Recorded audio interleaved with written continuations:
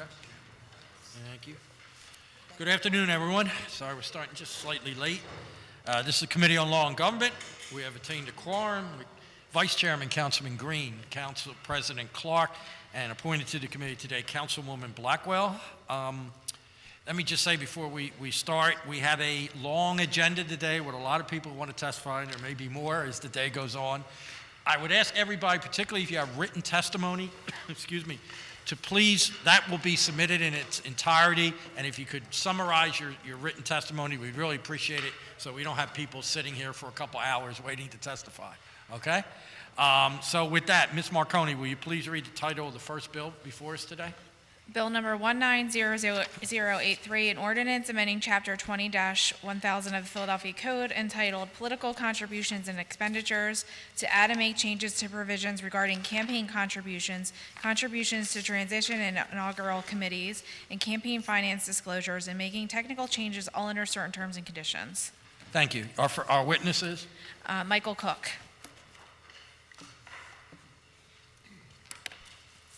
Good afternoon, Mr. Cook. Good afternoon. If you could state your name for the record and proceed. As you see, we have your written testimony.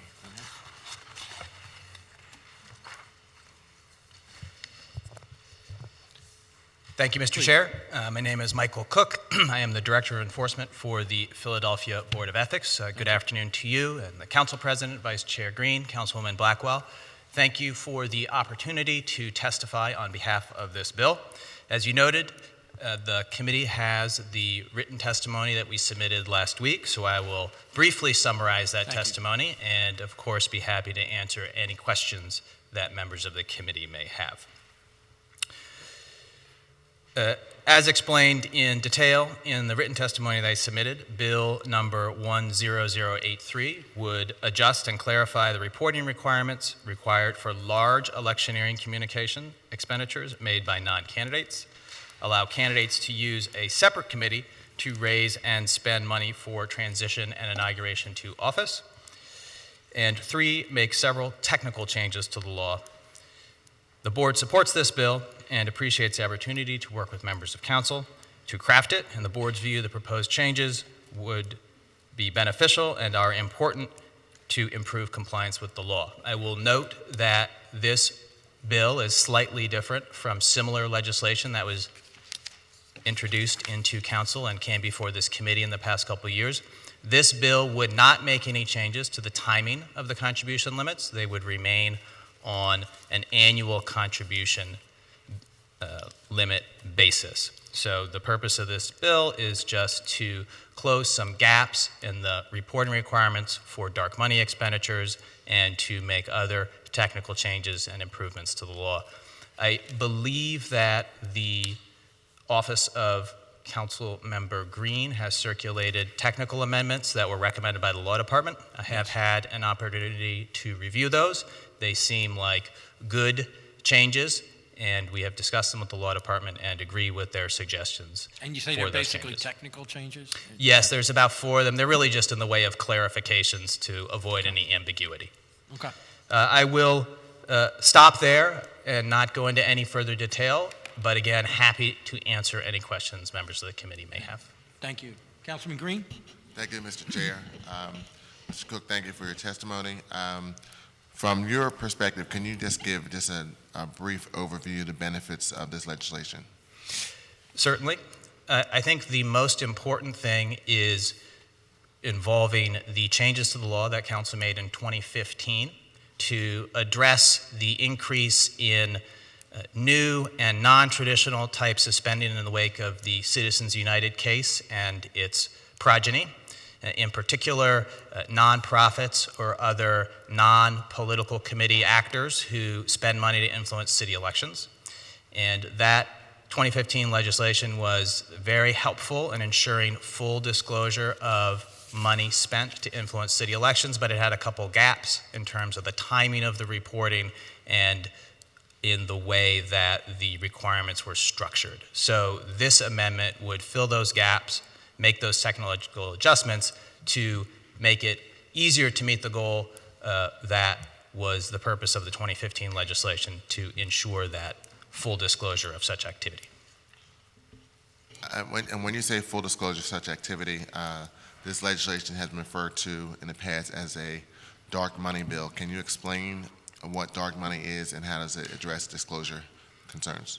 Yes, so typically when the term dark money is used, it refers to a situation where you have an entity such as a nonprofit that pops up in the months leading up to an election, and either itself spends significant money to influence that election or makes a large donation to a political committee that makes such expenditures. Given the way that the state election code is phrased and structured and the fact that it hasn't been significantly updated since 1979, it's not a very good fit to capture those kinds of expenditures, and in particular to require disclosure of the actual funders of those types of spending to influence city elections. And so what council did in 2015 and would improve upon if it were to adopt this amendment would ensure even greater transparency of those who would try to shield their funding of expenditures to influence city elections. Thank you. Thank you, Councilman. Thank you, Mr. Cook. If there's no other questions, thank you very much. And thank you for shortening that testimony. See how he did that? Everybody pay attention to that? Thank you, Mr. Chair. Is there anyone else here to testify on Bill number 190083? Seeing none, and the amendment, as Mr. Cook talked about, will be offered at the public meeting at the end. So we now go to our next bill and resolution. Ms. Marconi, please. Bill number 180818, an ordinance providing for the submission to the qualified electors of the City of Philadelphia of the proposals set forth in a resolution approved by council proposing an amendment to the Philadelphia Home Rule Charter relating to the mandatory establishment and hiring of a new class of employees within the civil service system to be designed as public safety enforcement officers, setting forth the duties of such employees and authorizing the appropriate officers to publish notice and to make arrangements for the special election. And Resolution 180830, a resolution proposing an amendment to the Philadelphia Home Rule Charter, providing for the mandatory establishment and hiring of a new class of employees within the civil service system to be designed as public safety enforcement officers, setting forth the duties of such employees and providing for the submission of the amendment to the electors of Philadelphia. Thank you. Before we have any witnesses, Council President Clark, the sponsor of the bill and resolution. Thank you, Mr. Chairman, and thank you, members of the committee. Mr. Chairman, this was something that we've been talking about for quite some time. We actually go back, I think, a number of administrations, a number of police commissioners, and at the end of the day, I want to say I'm somewhat excited and probably be extremely excited if we move this bill out of committee. For those of you that don't know, basically what we've been talking about for some time is the fact that, one, we need to move our city to a point where most municipalities across the country is identifying a specialized type of public employee that assists in quality of life issues and in traffic issues. Myself, Councilman Jones, and Councilman Squilla recently visited the city of New York, where they have a traffic safety division, and that traffic safety division supplements the New York Police Department. As a matter of fact, that traffic safety division is a part of the New York Police Department. It does not replace the police officers because police officers are specialized to the 1,000th degree. They are highly trained. Their primary focus is to make sure it keeps us safe in dealing with violent crime and other such matters. And we want to make sure that we continue to support the police department as much as we can. But there are a number of instances where we've seen across the country where another category of public employee can actually play a role, such as providing traffic in New York. And if anybody, I don't know if anybody's been to Manhattan, you go to Manhattan and every corner you see individuals directing traffic, and they tell you, you better not stop in the box or block the box.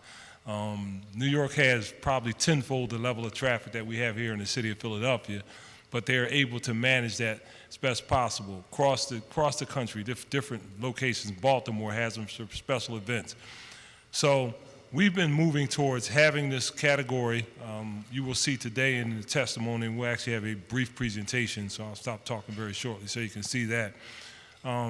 That a city that unfortunately, and I want to thank the police commissioner and the managing director and all the people, many, many officers that have experienced a spike in crime. So wherever possible, if we can deploy a police officer and other types of law enforcement officers that deal with violent crime, we need to do that. So by moving towards this supplemental force, we think that we can free up additional police officers to deal with the criminal issues relating to our city. So we're going to hopefully move forward today, dealing with things like traffic, dealing with things like quality of life issues, such as abandoned vehicles. Most people don't know you can't remove an abandoned vehicle until a police officer writes up the citation. I kind of think somebody else might be able to do that to help free up a police officer. Dealing with construction sites will cease operations orders, things like that.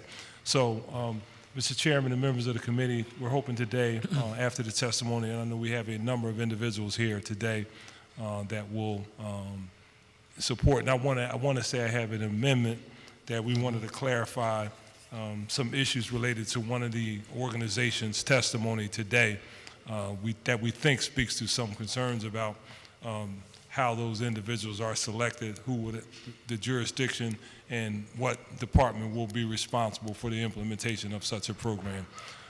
With that, Mr. Chairman, if it's okay, Yes. just like a real quick video. Please. Please ignore me on the video. I asked my staff to cut me out, but they didn't want to cut me out on the video, so ignore that part. Where you got it. As you can see there, we were up pretty cold that day, but we wanted to go, and I wanted to thank Inspector Smith. Thank you, Commissioner, for allowing him to go up with us to see firsthand what was going on up there, and we were extremely impressed. Yeah, keep rolling. So, as you can see, New York, new class of police officer. As I said, under the jurisdiction of, public safety officer, under the jurisdiction of the Philadelphia Police, which is what we would think would be the case here.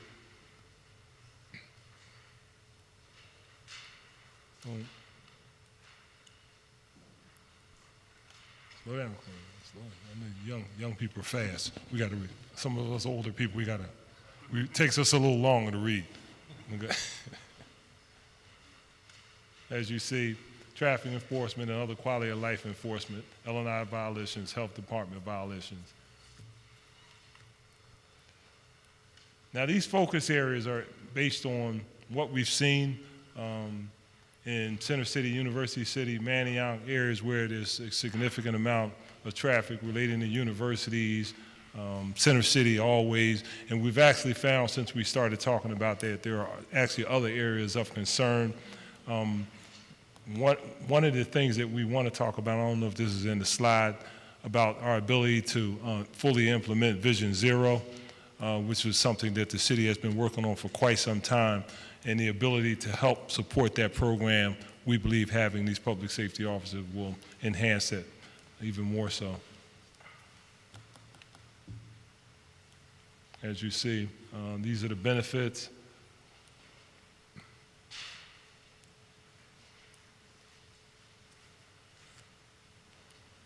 And you see the levels in New York where they've successfully reduced pedestrian fatalities. They were at record high numbers, and they brought those numbers down significantly. And actually, the numbers on 18 were available and are not available on that slide. They're actually much lower in the past year. So we're looking at beginning 1 year after adoption, understanding the nuances of getting employees in place, creating a civil service process that will allow us to move people through that process. There are all kinds of things that we think can be done with this. There was actually a conversation about possibly having these public safety officers in that, and after 2 years, be able to segue into the Philadelphia Police Department. So there's all types of possibilities with this. So this is something that it's long overdue. I think it's clearly time for us to move forward with this awesome proposal. Thank you. Thank you, Mr. Chairman. Yeah, thank you. Please let the record reflect Councilwoman Bass, member of the committee, is present. Ms. Marconi, our first couple witnesses, please.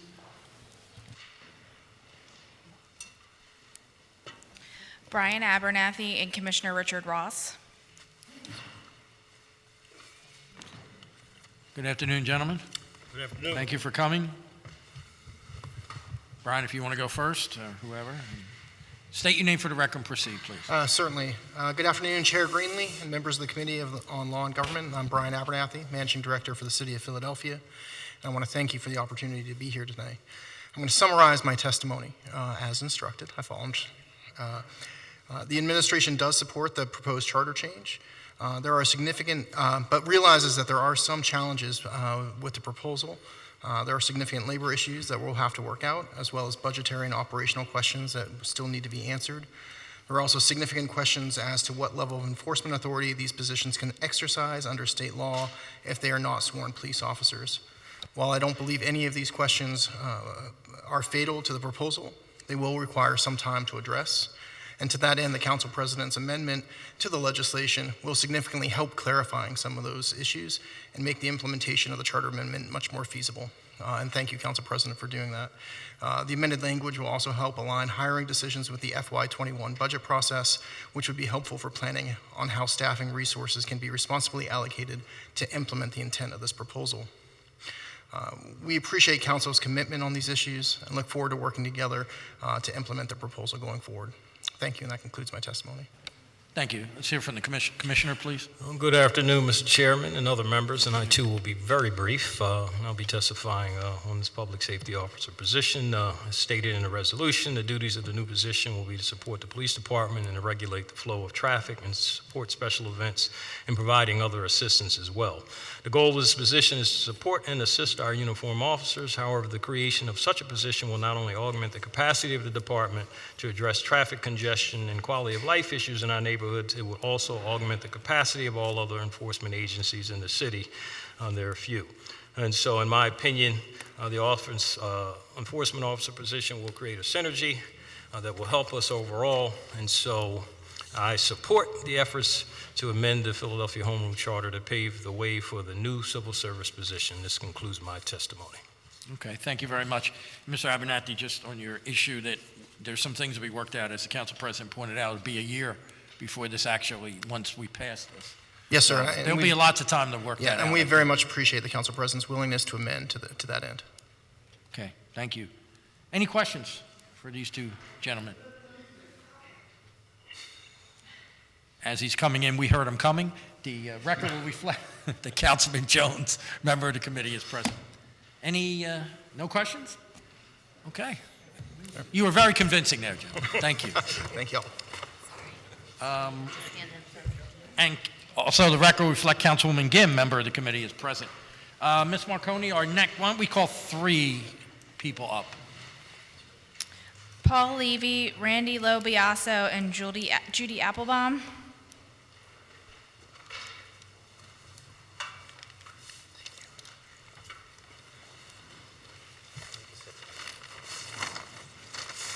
And I believe we do have all 3 of your testimonies here, so.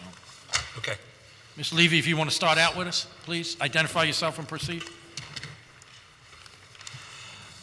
Good afternoon. My name is Paul Levy. I'm president of the Center City District, and Chairman, I'm really delighted to be here to offer testimony in favor of this resolution proposing the establishment within the civil service system of public safety officers. Clearly, the idea of supporting the police department here, I think, is an extremely good idea. The CCD has worked in close partnership with the Philadelphia Police Department for 28 years through 5 mayoral administrations and 6 different police commissioners. During that period of time, our uniformed, unarmed civilian community service representatives have stood joint roll call and coordinated deployment with the Philadelphia Police, most importantly, offloading from the police many of the public communications functions that are important to a safe and visitor-friendly downtown, but which free up sworn officers for more essential crime prevention and safety responsibility. The idea of partnerships relating to the police and supplementing them is not new. For years, we have had civilian crossing guards monitoring the safe crossing of school children at intersections, making sure that motorists neither violate ordinances nor miss small children. They have no powers of arrest, but their uniform presence ensures compliance with the law.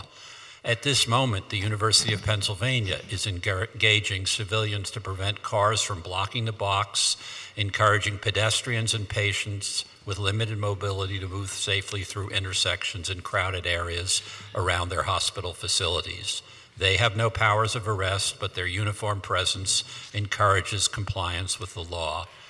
As the council president noted, New York City has been doing this for more than almost 2 decades at this point. Back when Philadelphia was hemorrhaging jobs, we only needed traffic control during special events, but as our report, which we attached and released last year, basically documents, every day today in Center City is a special event. We've had an increase in office workers, tourists, visitors, bus traffic, a 30% increase in pedestrians. We've added Uber and Lyft, and we've seen a 79% increase in cyclists coming into Center City each morning. Traffic congestion is a product of success. It's a good problem to have. However, it is a problem we need to manage, or we will choke on congestion, unravel the gains we've made. In our most recent customer satisfaction survey, asked what the most important thing people could do to improve Center City's physical environment, reduce traffic congestion came in first.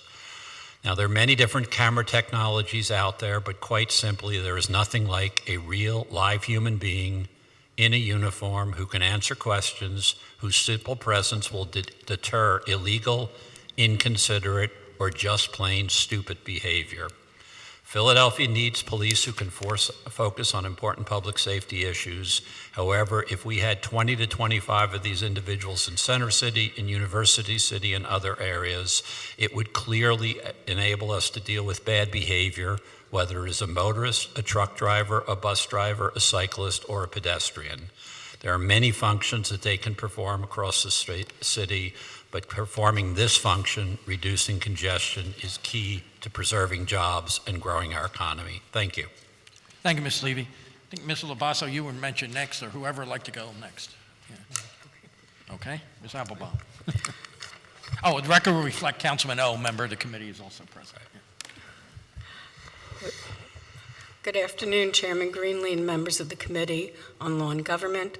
I'm Judith Applebaum of the Washington Square West Civic Association, testifying on behalf of the Crosstown Coalition, a coalition of more than 30 civic associations throughout the city of Philadelphia.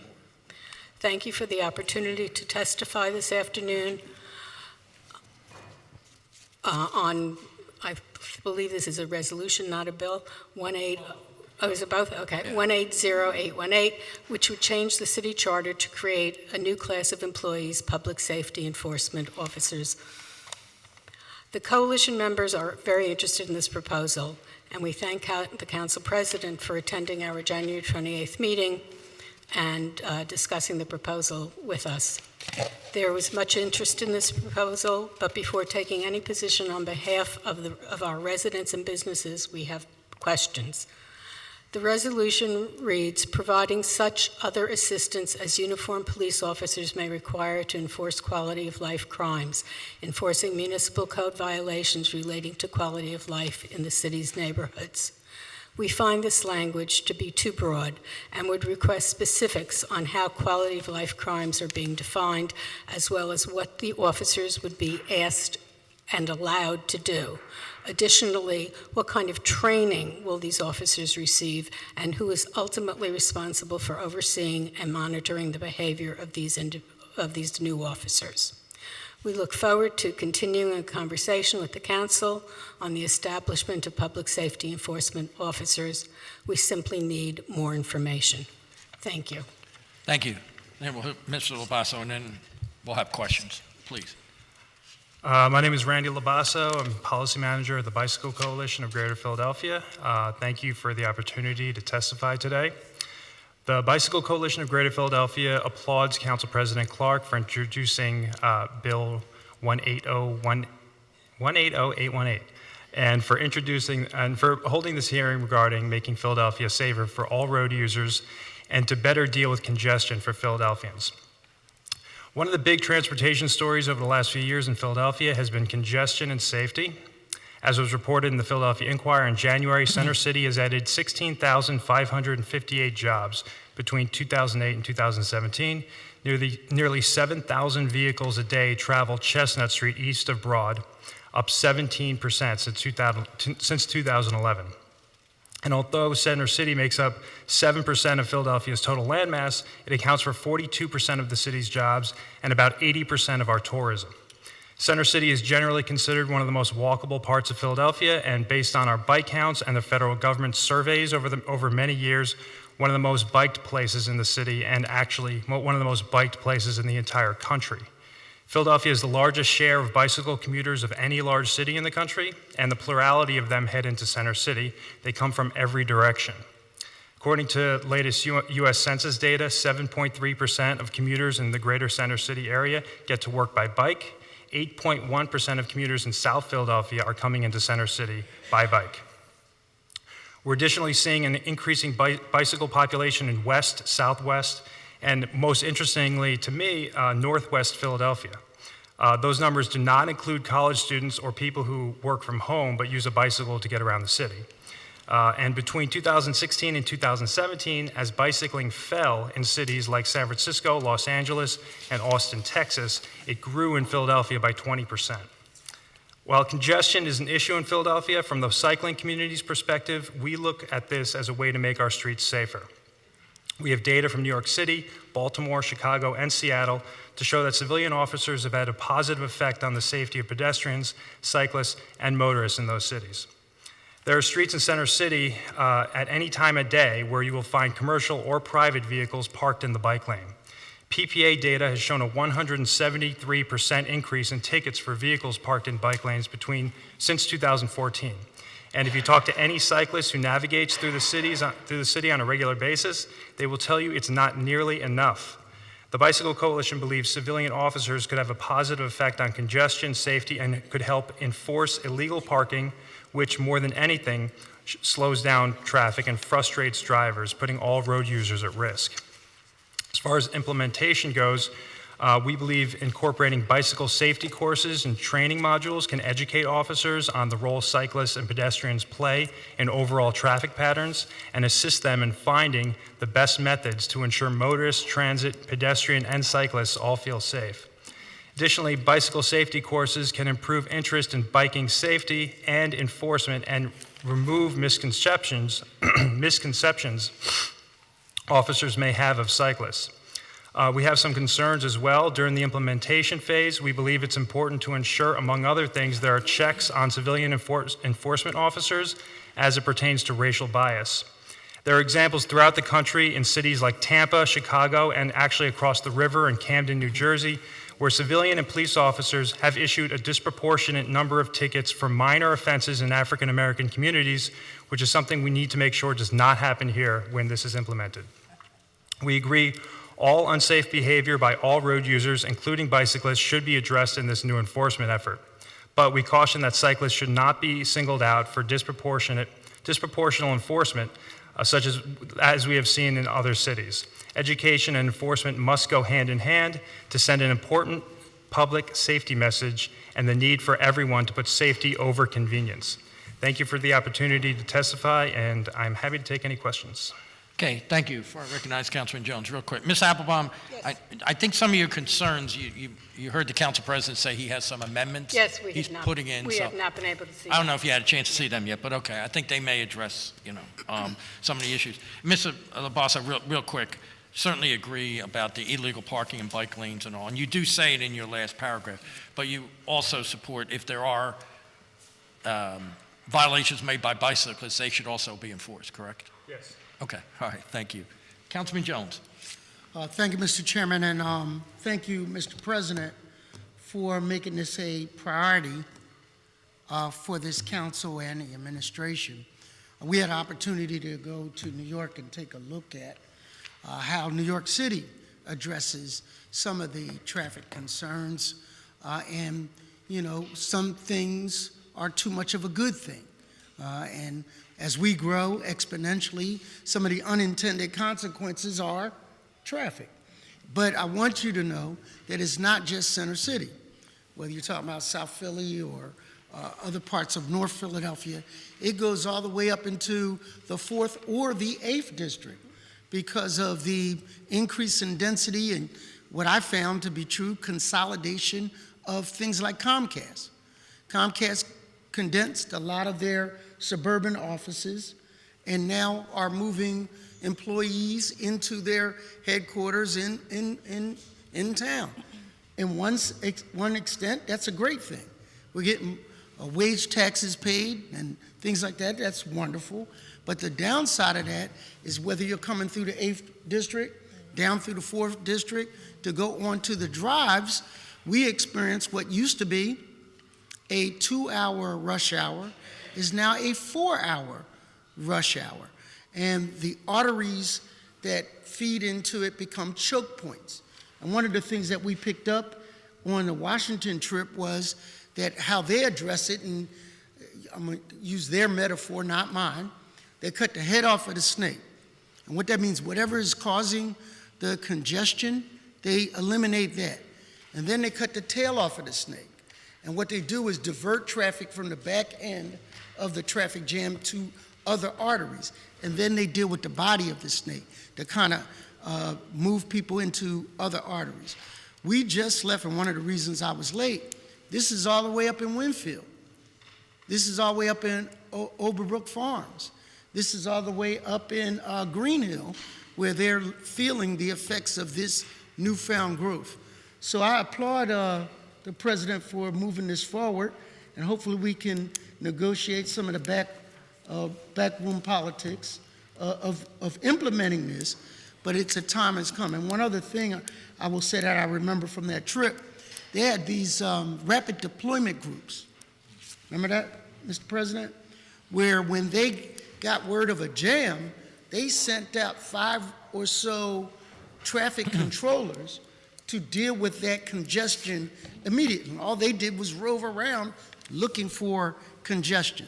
So if we can learn a couple of things from them, apply it to Center City, but understand that what's good for Center City has to also be good for respective neighborhoods. This is something which is a definite byproduct of our growth. In closing, Mr. Chairman, Mr. Chairman, if we'd have gotten Amazon and 50,000 new people would have joined us as Philadelphians, how would this we can fix this before we get the next Fortune 500 company to consider us. And I think we need to fix this before they get here. And thank you, Mr. Chairman. Thank you, Councilman. Please let the record reflect Councilwoman Reynolds Brown is present. She has a resolution coming up at the end here. Okay, she will be recognized. And also, Councilman Heenan is Majority Leader is present on the committee. Anybody else has any questions or comments on this from our witnesses here? Seeing none, thank you all. Thank you for all you do. Okay, all three. I'm sorry. Oh, Yes. Councilwoman Reynolds Brown, I'm sorry. Yes. Hold on, I'm sorry, I didn't see you. Thank you very much. Good afternoon. Forgive me, the lady in the middle, your name is? Mrs. Applebaum. Judith So Applebaum. now that you've heard the response from Councilman Jones and the additional tweaks that the sponsor of the bill has made, where are you? Because I could not tell from your testimony. Are you for it or not, or what? We have not seen the amendment. Oh, okay. So therefore, Okay. in principle, I believe that the members of the coalition are in favor of the Speak into the concept. microphone a little I'm bit sorry. so everybody We're can in hear you. favor, I believe I can say that the coalition is in favor of the concept, but we do have concerns, again, mainly about what specifically these officers are going to be asked to do, what they're training, who they will speak to, and the point that the Bike Coalition came up, was talking about in terms of enforcement to make sure that one population is not treated differently from other populations in the city. Your recommendation or idea, at least, of training is, I think, is quite appropriate. And not being familiar with the guts of the bill, I would think it in order. it would be in order for those, not just those in Center City, but neighboring communities too, like Manayunk, which is one of the communities Councilman Jones was referring to, is a nightmare before, during, and after work. So I just want to put on the record that your recommendation for training, I believe, would be essential, no matter where we end up. Oh, absolutely, throughout the city. And I am a New Yorker, so I'm well aware of Okay. the traffic situations and the help of the officers most of the time. Not all the time, but most of the time. Thank you. Thank you, Mr. Chairman. And Councilwoman Rounds Brown just pointed out, this bill will take a year before its effect, so we'll have a lot of time to work on that. Council President Clark? Yeah, thank you, Mr. Chairman. Real quick, I'll just go through this because I know some of you may not have seen the amendments. Basically, members say there shall be appointed public safety enforcement officers within such departments as determined by the manager and director's office, because there will be several roles and responsibilities, i.e. traffic enforcement, supporting maybe health department, license inspection.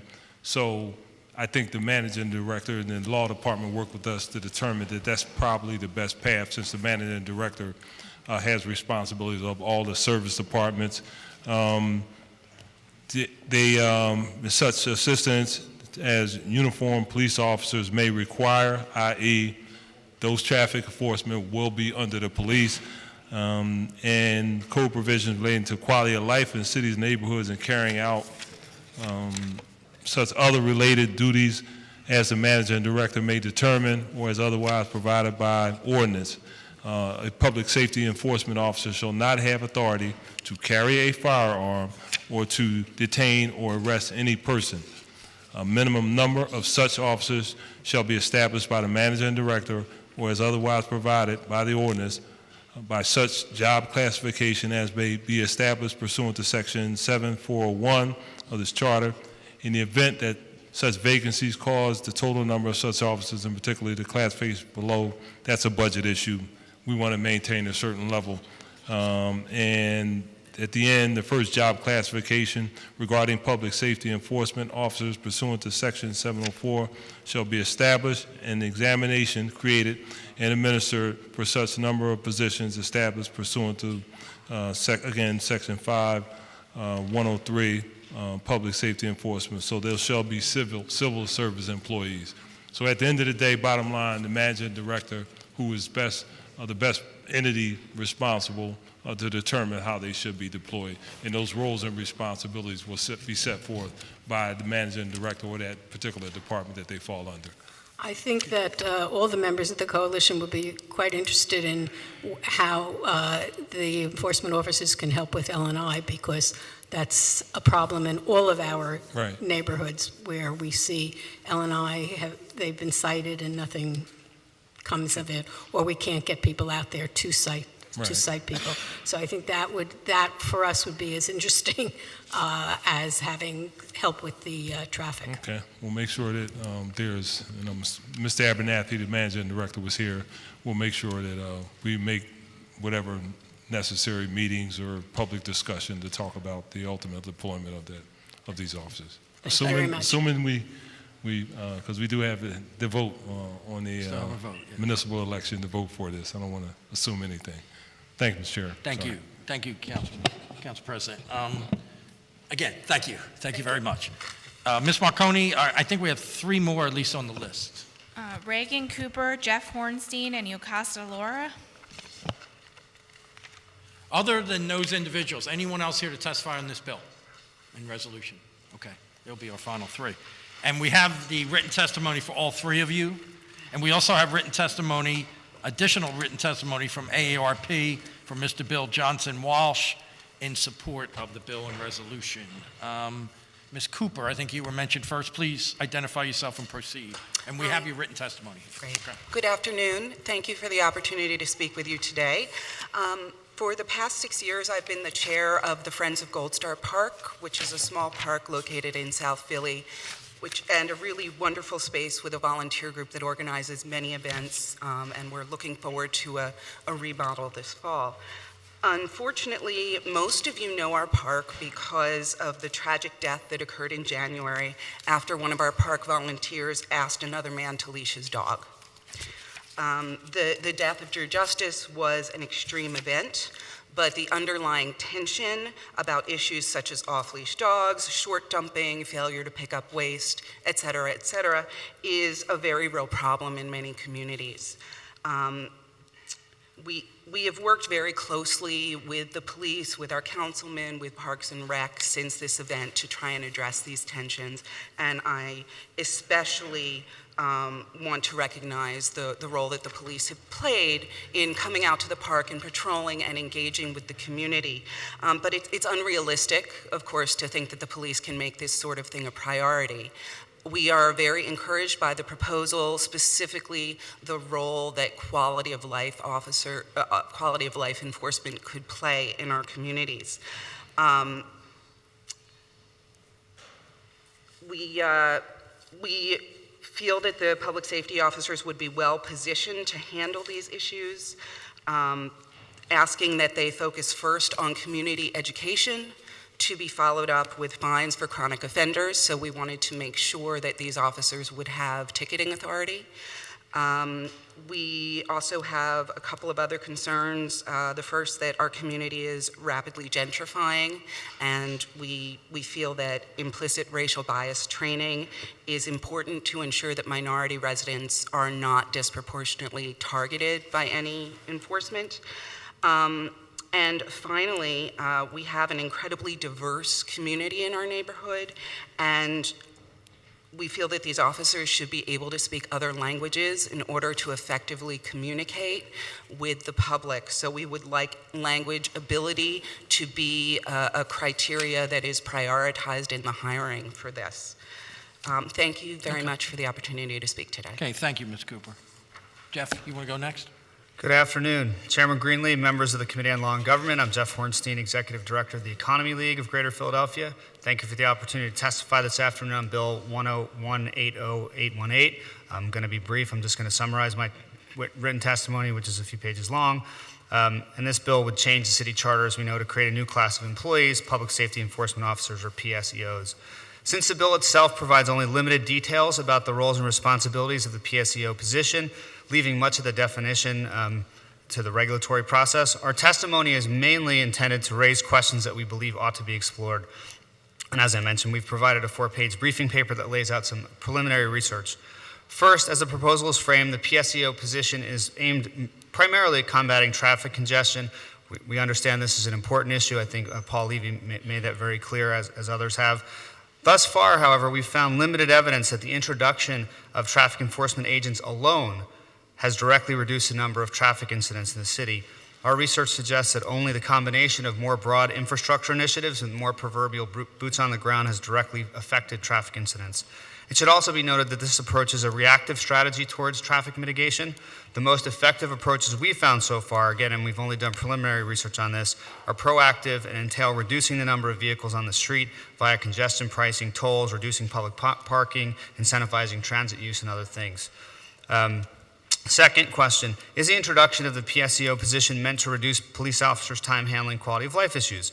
Council President suggested that the PSEO role could be broader than mere traffic mitigation, reducing police officers' time handling quality of life issues. Officials in other cities that we've spoken to agree that the introduction of PSEO-type positions has allowed police officers to focus on more higher-level criminal activity. However, the scope of authority between the PSEO and a police officer needs to be clear, and I think from what we've heard, the Council President's amendments will go a long way to that. I'd, again, love to see them. The majority of cities house their enforcement agents in transportation departments or parking authorities. So, again, I think the Council President has gone a long way towards clarifying that with his amendments, but we would want to know exactly where the PSEO officers will live bureaucratically. Third, given the broad range of social challenges Philadelphia faces, the opioid crisis, homelessness, poverty, just to name a few, is the creation of the PSEO position for quality of life policing and congestion reduction and effective use of taxpayers' money. Other cities have created such positions to address a broader range of issues, and we would encourage exploring that. Fourth, and finally, given the Economy League's traditional role as an independent fiscal watchdog, we'd be remiss if we didn't ask for a rough order of magnitude sense of the cost of this proposal. How many PSEOs does Council envision deploying? Is there a new revenue stream being proposed to offset the costs? To be clear, the Economy League, at the moment, takes no official position on this bill. However, we believe that the questions we have raised bear further scrutiny. We intend to play our role in independently analyzing this proposal and informing Philadelphians about its costs and benefits. And I thank you for your time. Thank you. And as I've said before, we have a year after this Yeah. is enacted, so we do have time for all those kind of discussions. Ma'am, please. Please identify yourself and proceed. Good afternoon, Mr. Chairperson and members of City Council.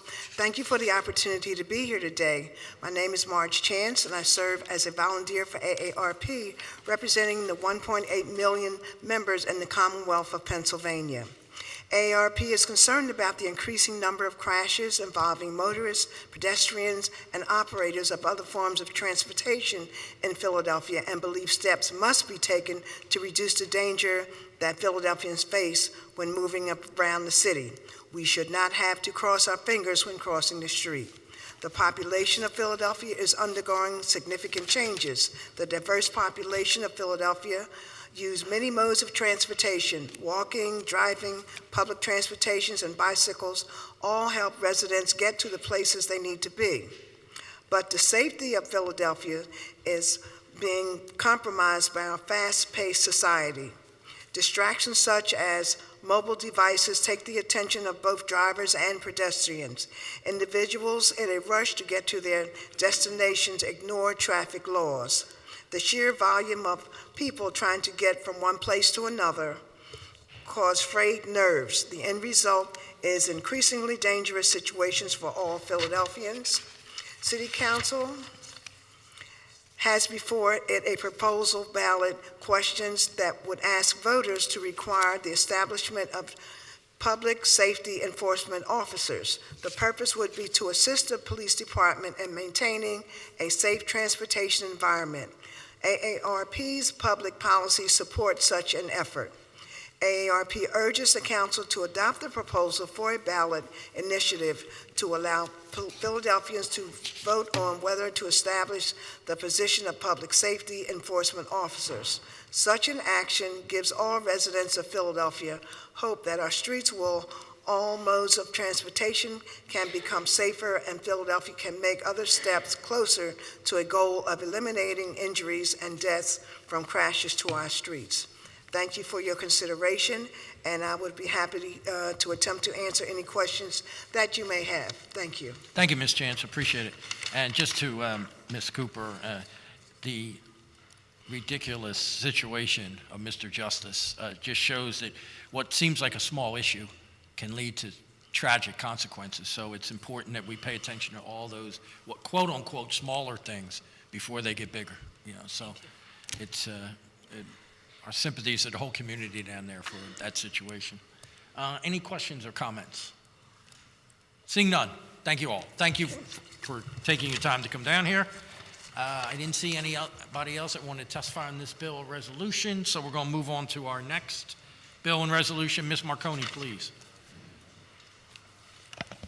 Bill number 190008, an ordinance providing for the submission to the qualified electors of the City of Philadelphia of an amendment to Article VIII, Chapter 5 of the Philadelphia Home Rule Charter entitled Referenda Approved by the Voters by adding a new section providing that the citizens of Philadelphia call upon the Pennsylvania General Assembly and the governor to pass legislation that will decriminalize, regulate, and tax the use and sale to adults age 21 and older of cannabis for non-medical purposes.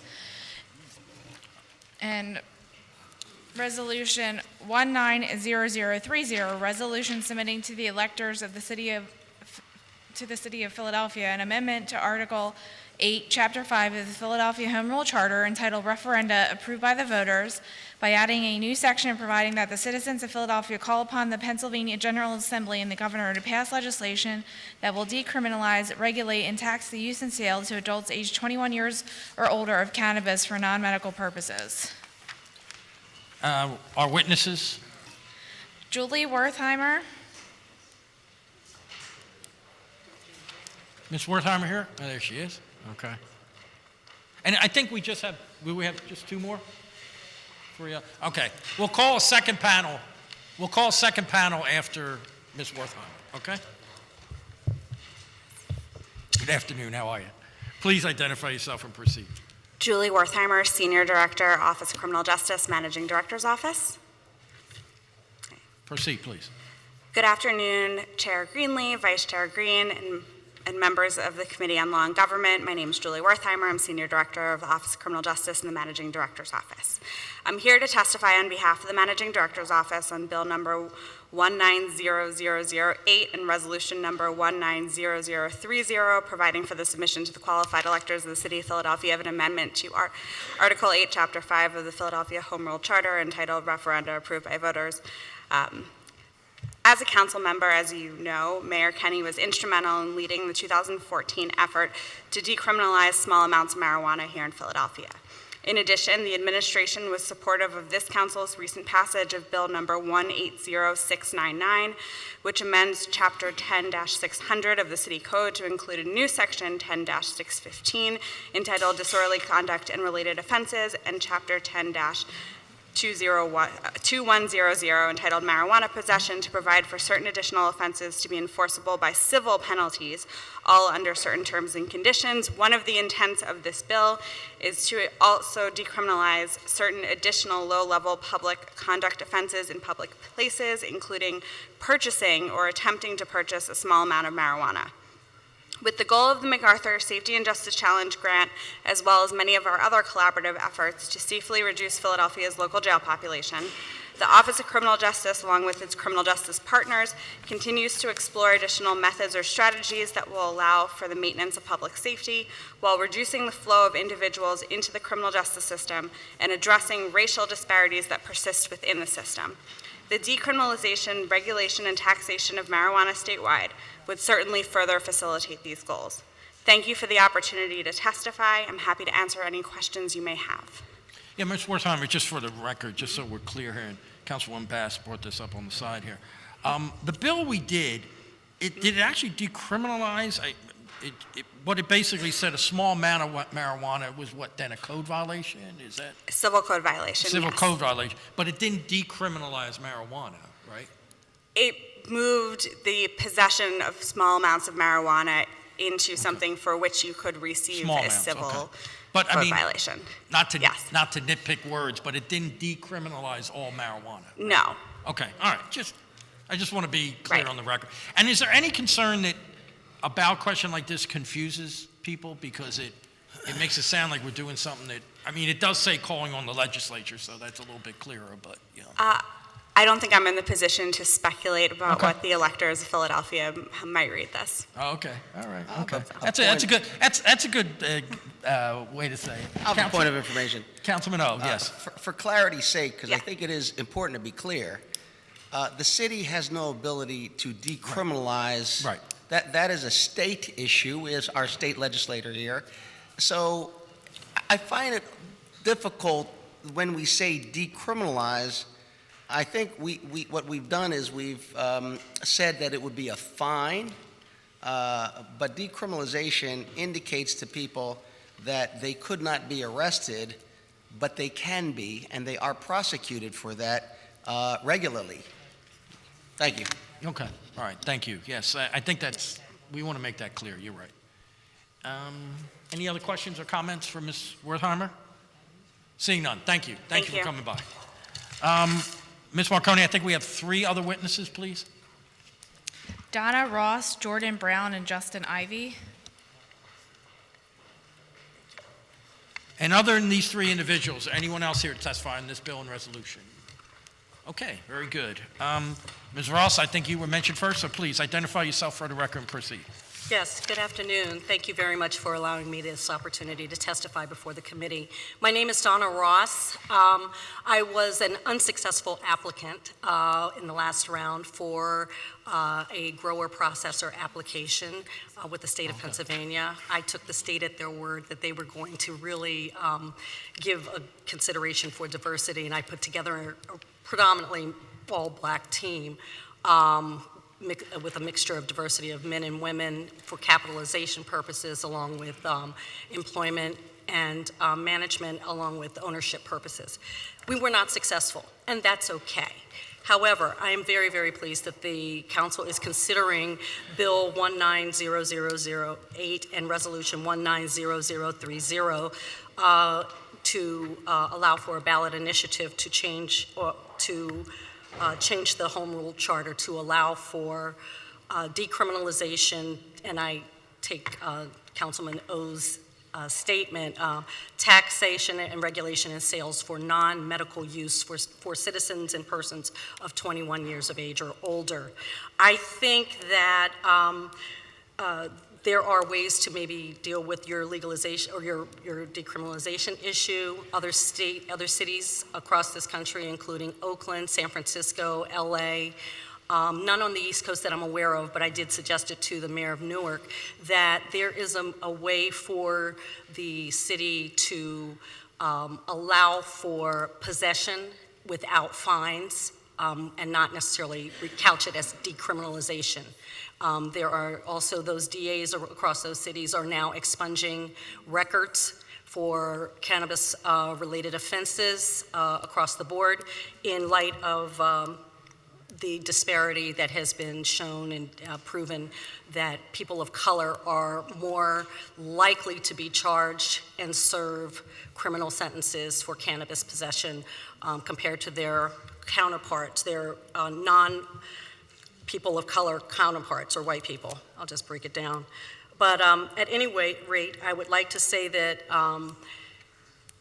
I think that in settling this, in pursuing this resolution, the city should consider that there are many barriers of entry for people of color to even enter the cannabis industry, most of which surrounding their criminal histories. So when I say that the DA's office can take some unilateral action to remove those offenses from people's records, expunging them or whatever in some manner, then that might be an opportunity for people of color to become participants in the industry. Another issue that faces people of color entering the industry is access to capital.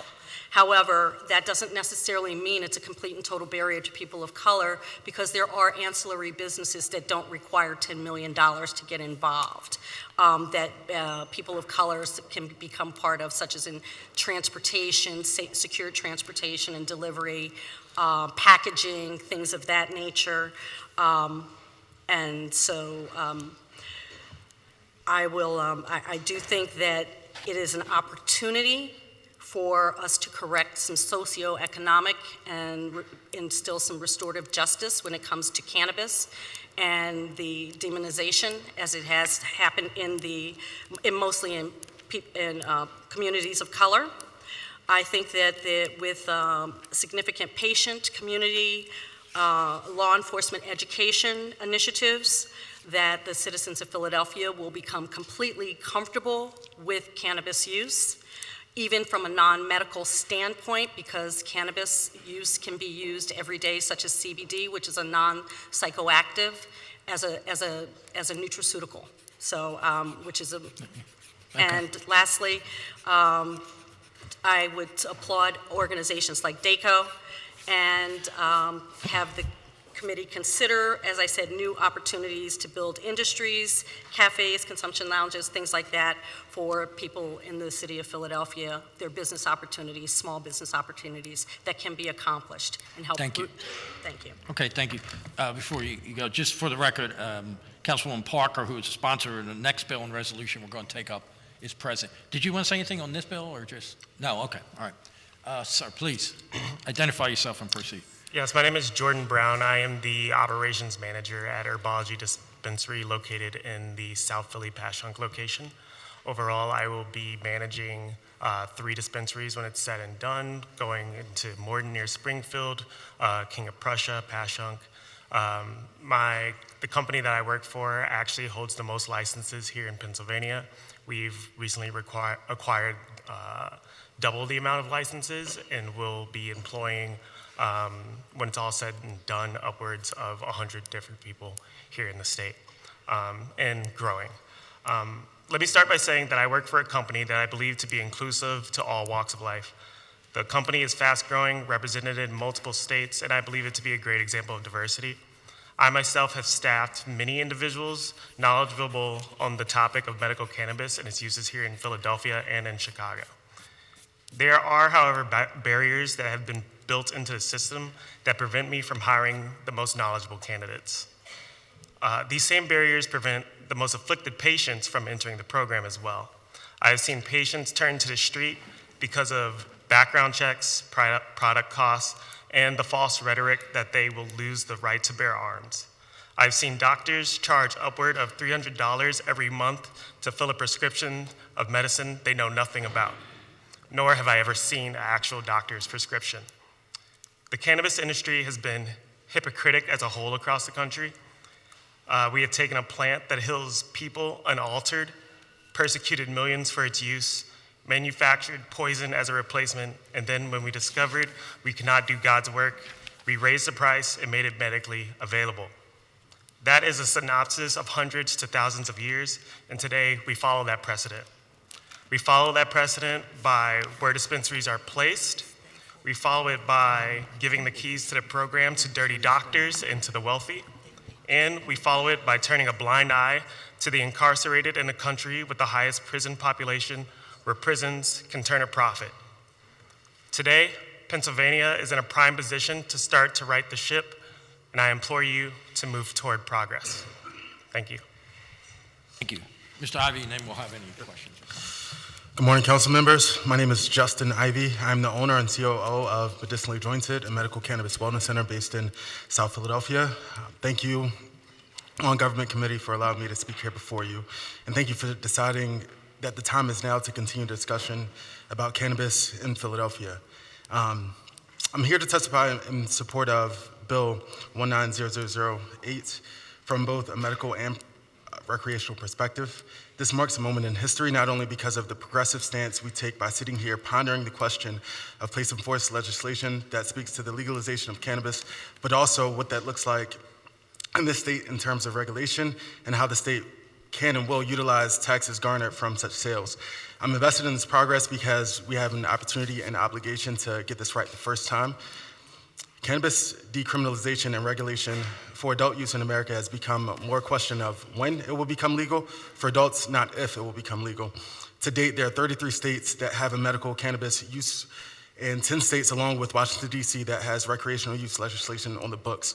Using West Coast cities as a study group, cannabis has brought millions of dollars in tax revenue to these cities and their local governments. According to the Institution on Taxation and Economic Policy, Pennsylvania could potentially bring in $500 million just in adult use tax revenue based on taxing structures resembling Washington State, which is somewhere around 30%. These numbers don't include medical cannabis tax revenue, which would be taxed at a lower rate, but still adding to the overall sales tax revenue that PA would accrue, thus in turn helping our communities educationally and socioeconomically. As cannabis becomes more normalized in our society, speaking from the perspective of a business owner in the medical cannabis market, you see all walks of life using every single part of this plant, which is contrary to the current beliefs that this is a degenerative drug or the gateway drug.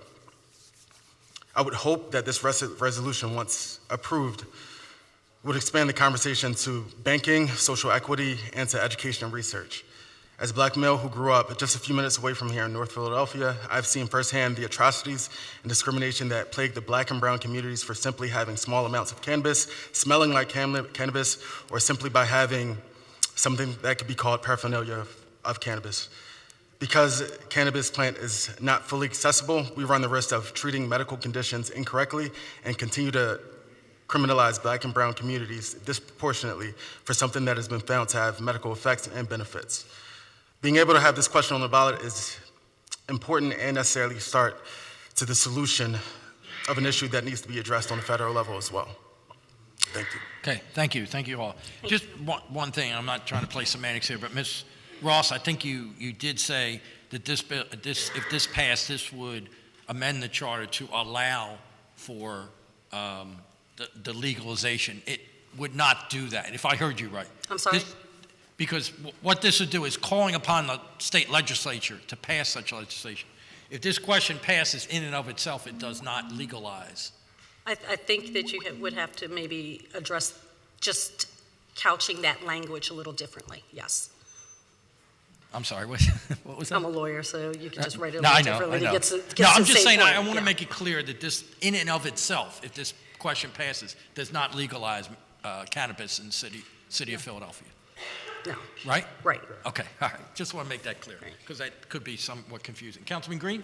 Thank you, Mr. Chair. I want to thank the panel for being here and testifying on this topic. All of you have been in this industry for a period of time, and I think you also raised important issues that too often when you have new industries, there are high barriers that generally people of color do not have an opportunity to participate in new industries like cannabis. I want to thank you for taking the lead in that regard. In addition, the fact that this industry in particular has had a very significant impact on people of color from a criminal justice perspective. And I think moving forward on changing the perspective of cannabis in not only the Commonwealth but the city will have to change that narrative. So briefly, I'm curious, how did you get involved in this industry? I had two friends that died from IBS breast cancer, and I started to research the industry and research the medical benefits of it. My wife was actually diagnosed with lupus at the age of 16. And throughout the course of me knowing her, which has been 10 years, the first 5 years or so, I watched her use opioids to treat all of her conditions, from the joint pain to the back pain that she has from her kidneys. Up until we found a few different CBD tinctures and THC rubs that we found on the West Coast, directly got to the root of her pain and helped her a lot. So we were able to tone down the steroid use and the opioid use that she used on a daily basis. Myself, I had an uncle who I actually lost to cancer maybe about 5 years ago. That was a big proponent for me getting into the cannabis industry. I'm one of the few where I came to them very highly educated. I was very enthused and very knowledgeable on the product.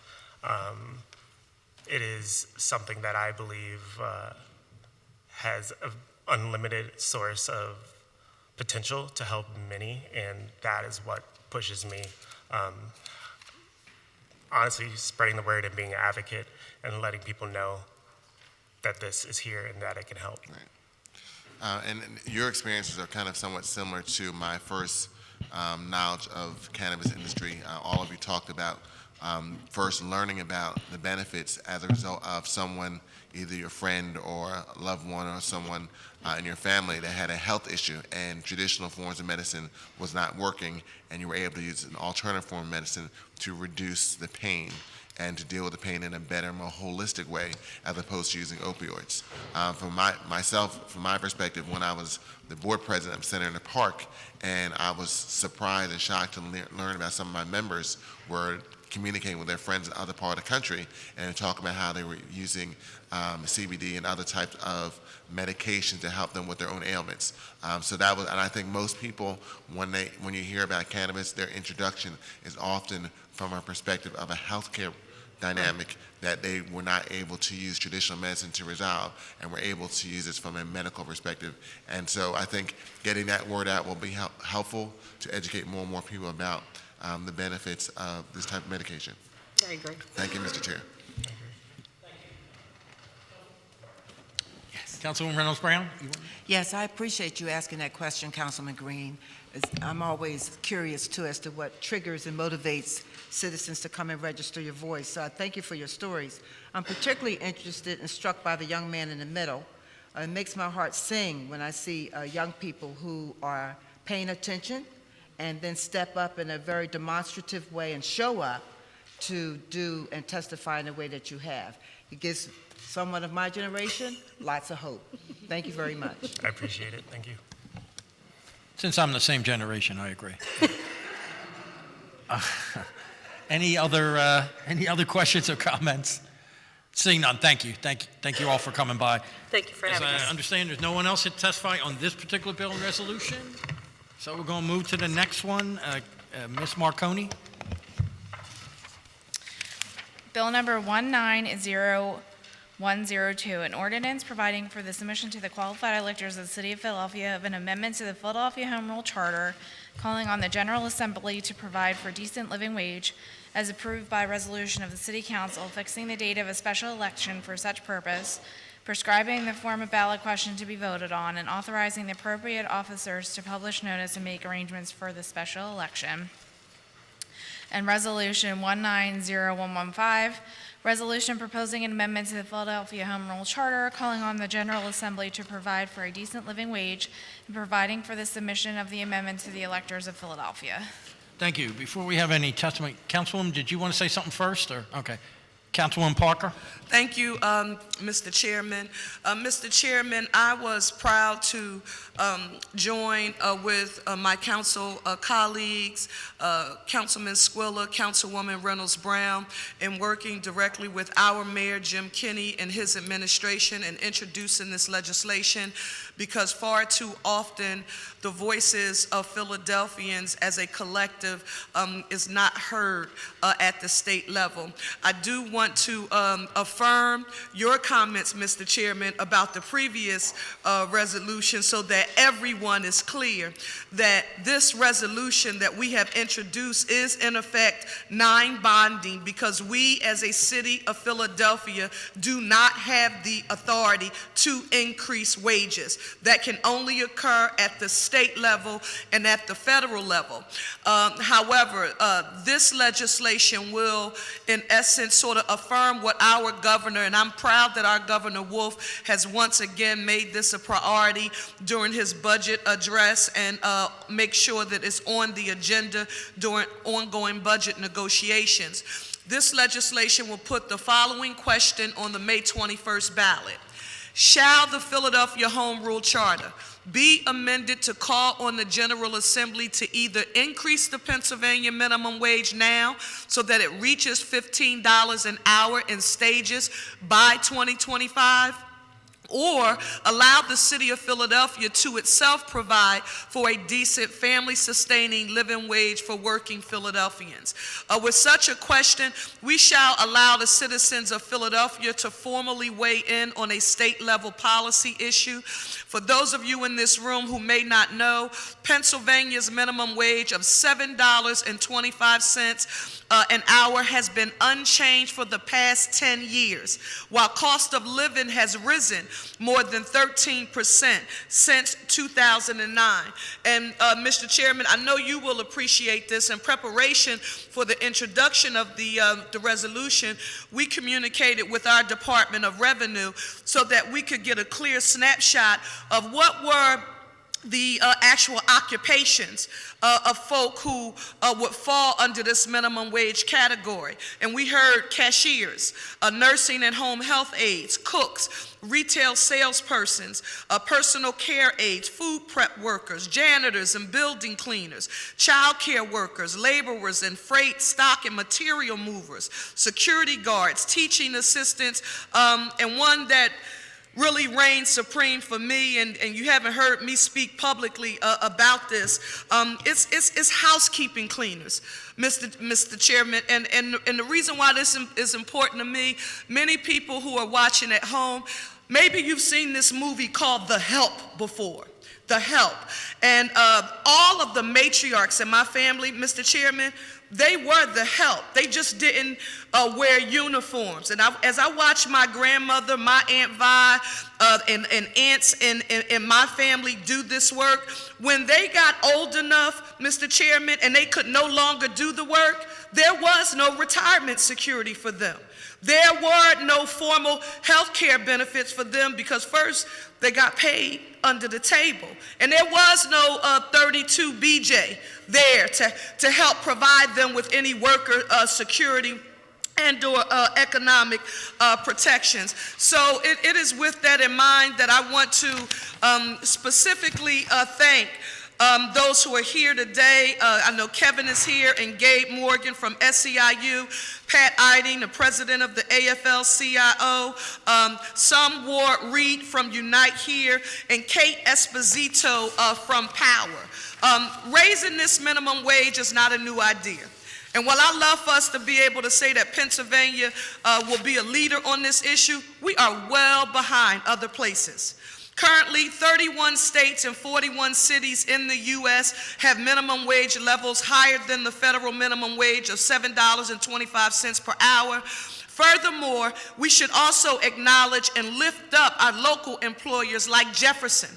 They recently raised their minimum wage to $15 an hour, and they did so, Councilwoman Reynolds Brown, without any legal requirements to do so. So I thank you all so very much for your patience. Again, want to thank colleagues Mark Squilla, who's been also a leader on this issue, and Councilwoman Reynolds Brown for coming on as chief co-sponsors, and thank the mayor of our city, Jim Kenney, for making this a major priority in his administration. Thank you.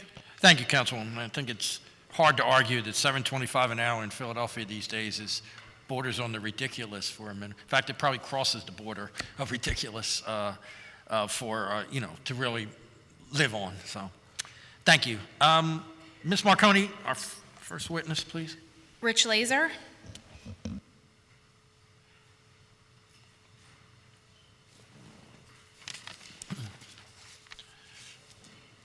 Good afternoon, Mr. Laser. Good afternoon. Please identify yourself and proceed.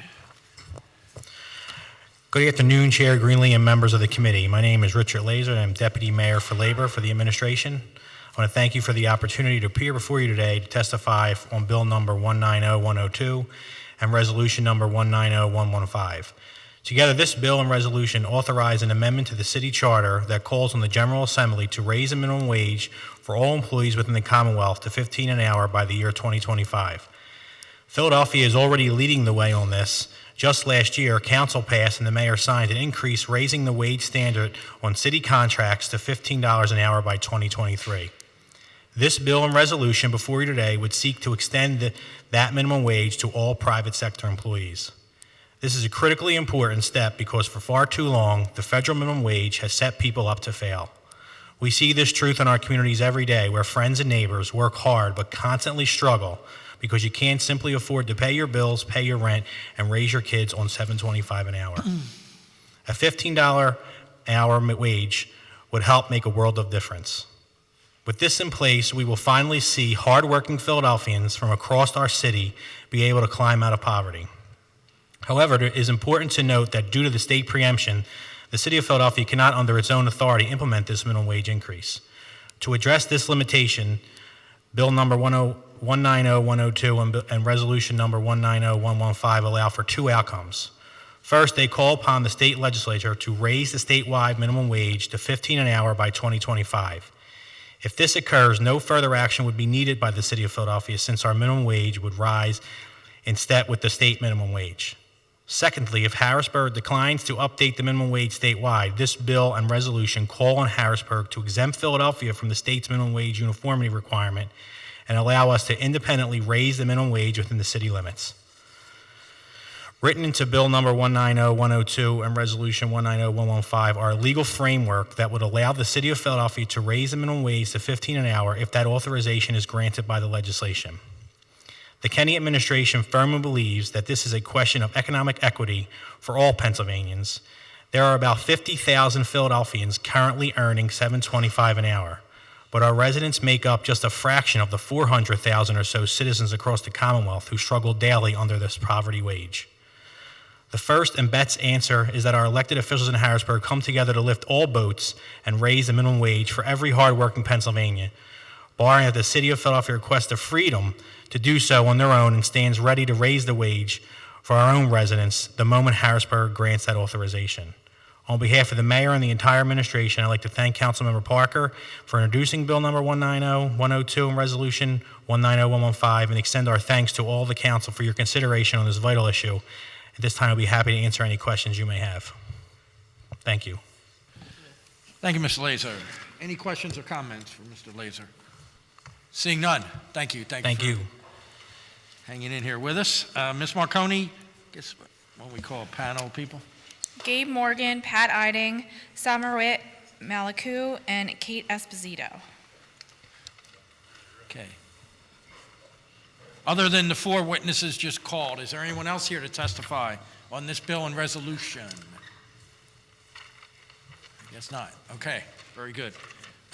Ms. Morgan, Mr. Riding, whoever would like to go first, it's up to you.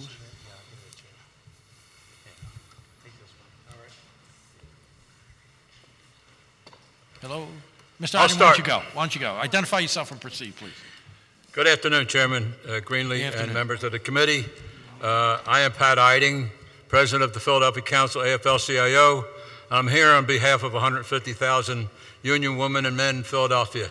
I say to you, enough is enough. It's time to raise the minimum wage.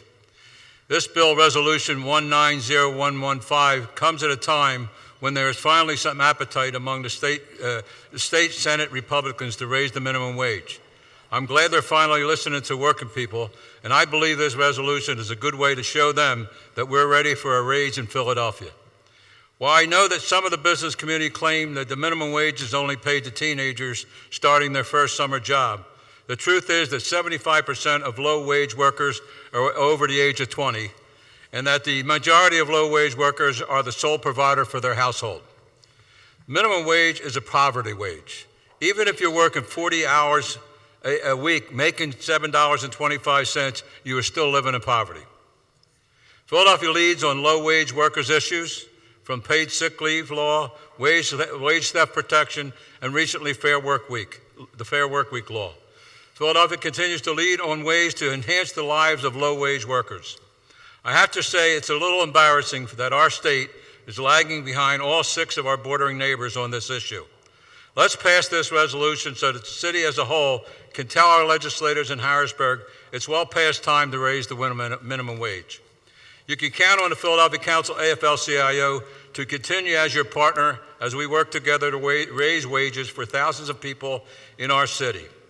Thank you for the opportunity to testify before this committee on this incredibly timely issue, and I stand ready to jump on the train with Councilwoman Parker to let those folks know we mean it. Thank you. We know you will, sir. Who would like to go next? Okay. Hi, my name is Samrait Malaku. I'm a executive board member, Local 274. I'm working Philadelphia International Airport. I'm living Southwest.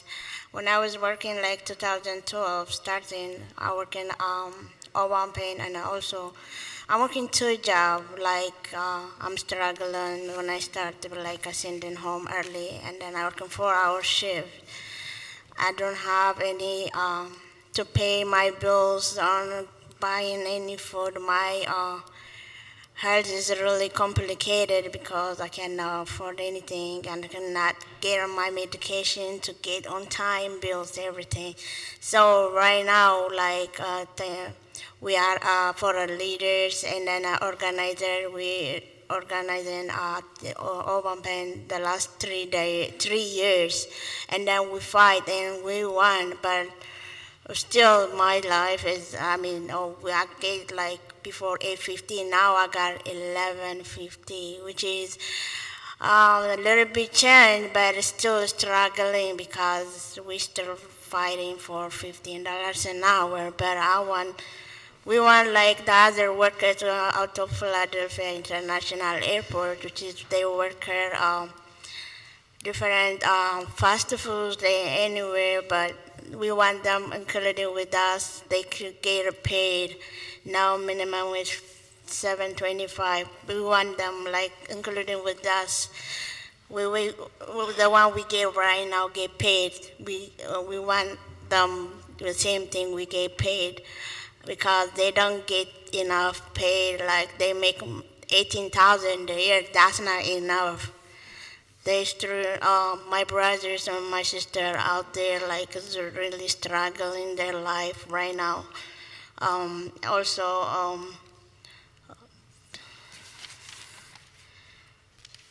So every worker at the Philadelphia International Airport, we're fighting until 50 minimum wage with our brothers and sisters and out there. So we're still fighting. We not get away until we get $15 an hour. So thank you for our mayors, the city mayors. Thank you for a governor, and thank you for the city councilor. Okay. Thank you very much. Who wants? Thank you for coming down. Who wants to go next? Ms. Esposito? Yes. Okay, just to let you know, we have your written testimony, because it's awful long, so I would It's kind of long. appreciate you to summarize, because we still have you see, we still have people in the room. here. Okay. Okay? It works, go ahead.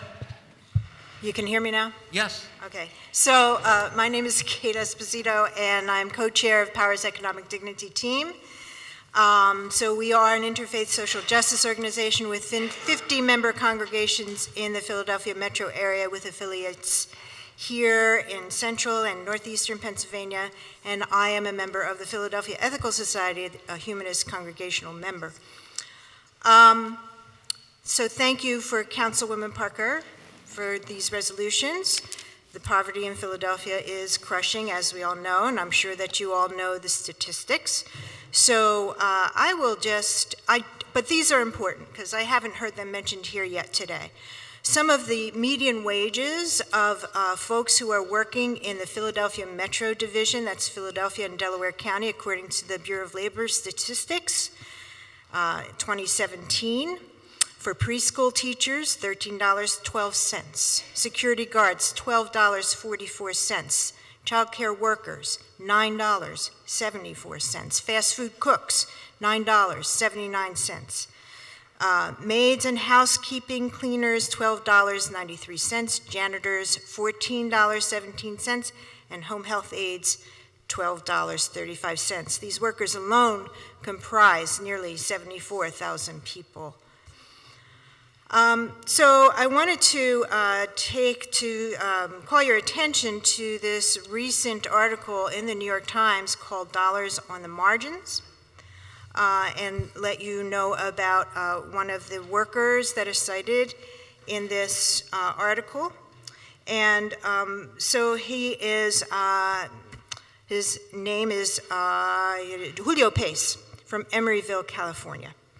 So he was working 2 permanent full-time jobs, 80 hours a week, making the minimum wage. In the article, he says, "I felt like a zombie, no energy, always sad. His younger brother, who was 8, offered to buy an hour of his time to play with him. This made him cry, and soon thereafter he fainted in a grocery store from utter exhaustion."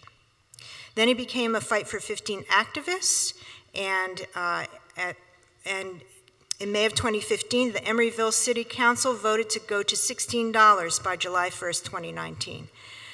Now, instead of drinking coffee and caffeinated soda, he is drinking more water and iced tea, works fewer hours as a hotel room attendant and part-time as a cashier at Burger King. He's opened a savings account for emergencies and now often picks his brother up from school. He said, "Before, I felt like a slave. Now I feel safer." So the last point I would like to make today is the case for the rights of cities, because I think this is often overlooked. The National League of Cities, whose mission is to strengthen and promote cities as centers of opportunity, leadership, and governance, takes the position that when preemption prevents cities from expanding rights, building stronger economies, and promoting innovation, it can be counterproductive when decision-making is divorced from the core wants and needs of community members. Philadelphia, this Commonwealth's only first-class city, should vigorously defend its right as such. We are 10 blocks from this City Hall is 10 blocks from where the founders shed the cloak of tyrannical rule. This resolution challenges state preemption, but it will not be enough. Philadelphia clearly took courageous action in Philadelphia v. Jefferson Beauregard Sessions to make this city a safe haven for immigrants. Should we do less than that for those who are endangered by poverty? It is time to be courageous and brazen for the sake of justice when so many are in need of so much.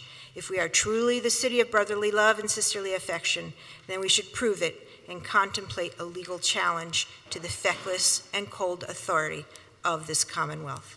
I thank you for your attention today and look forward to voting yes on Councilwoman Parker's resolutions. Thank you, Councilwoman. Thank you. Gabe?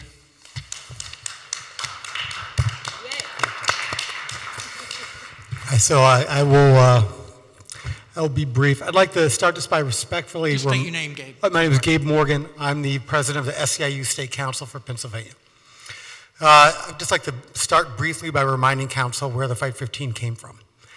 It came from 200 fast food workers who went on strike in New York City in 2012. Since then, 20 million people have moved to 15. When that first group of workers went out on strike, 15 seemed like a crazy number. Subsequently, workers in 300 cities across the United States went out on strike. And then it quickly turned into a movement in cities and in states to raise the minimum wage to 15. That's the history of the Fight 15. And the reason why I think it's so important for this council to proceed with putting this on the ballot is because this council in the city has played a role nationally in that fight. In Philadelphia, that fight was best expressed by workers in the fight at the Philadelphia airport, where workers went on strike 4 times to get from minimum wage to now the 15 this council assisted them to do. That was over the objections of some of the biggest corporations in the world, the biggest airline in the world, over previous administration's objection, and with the support of this administration and of the council people who are here right now.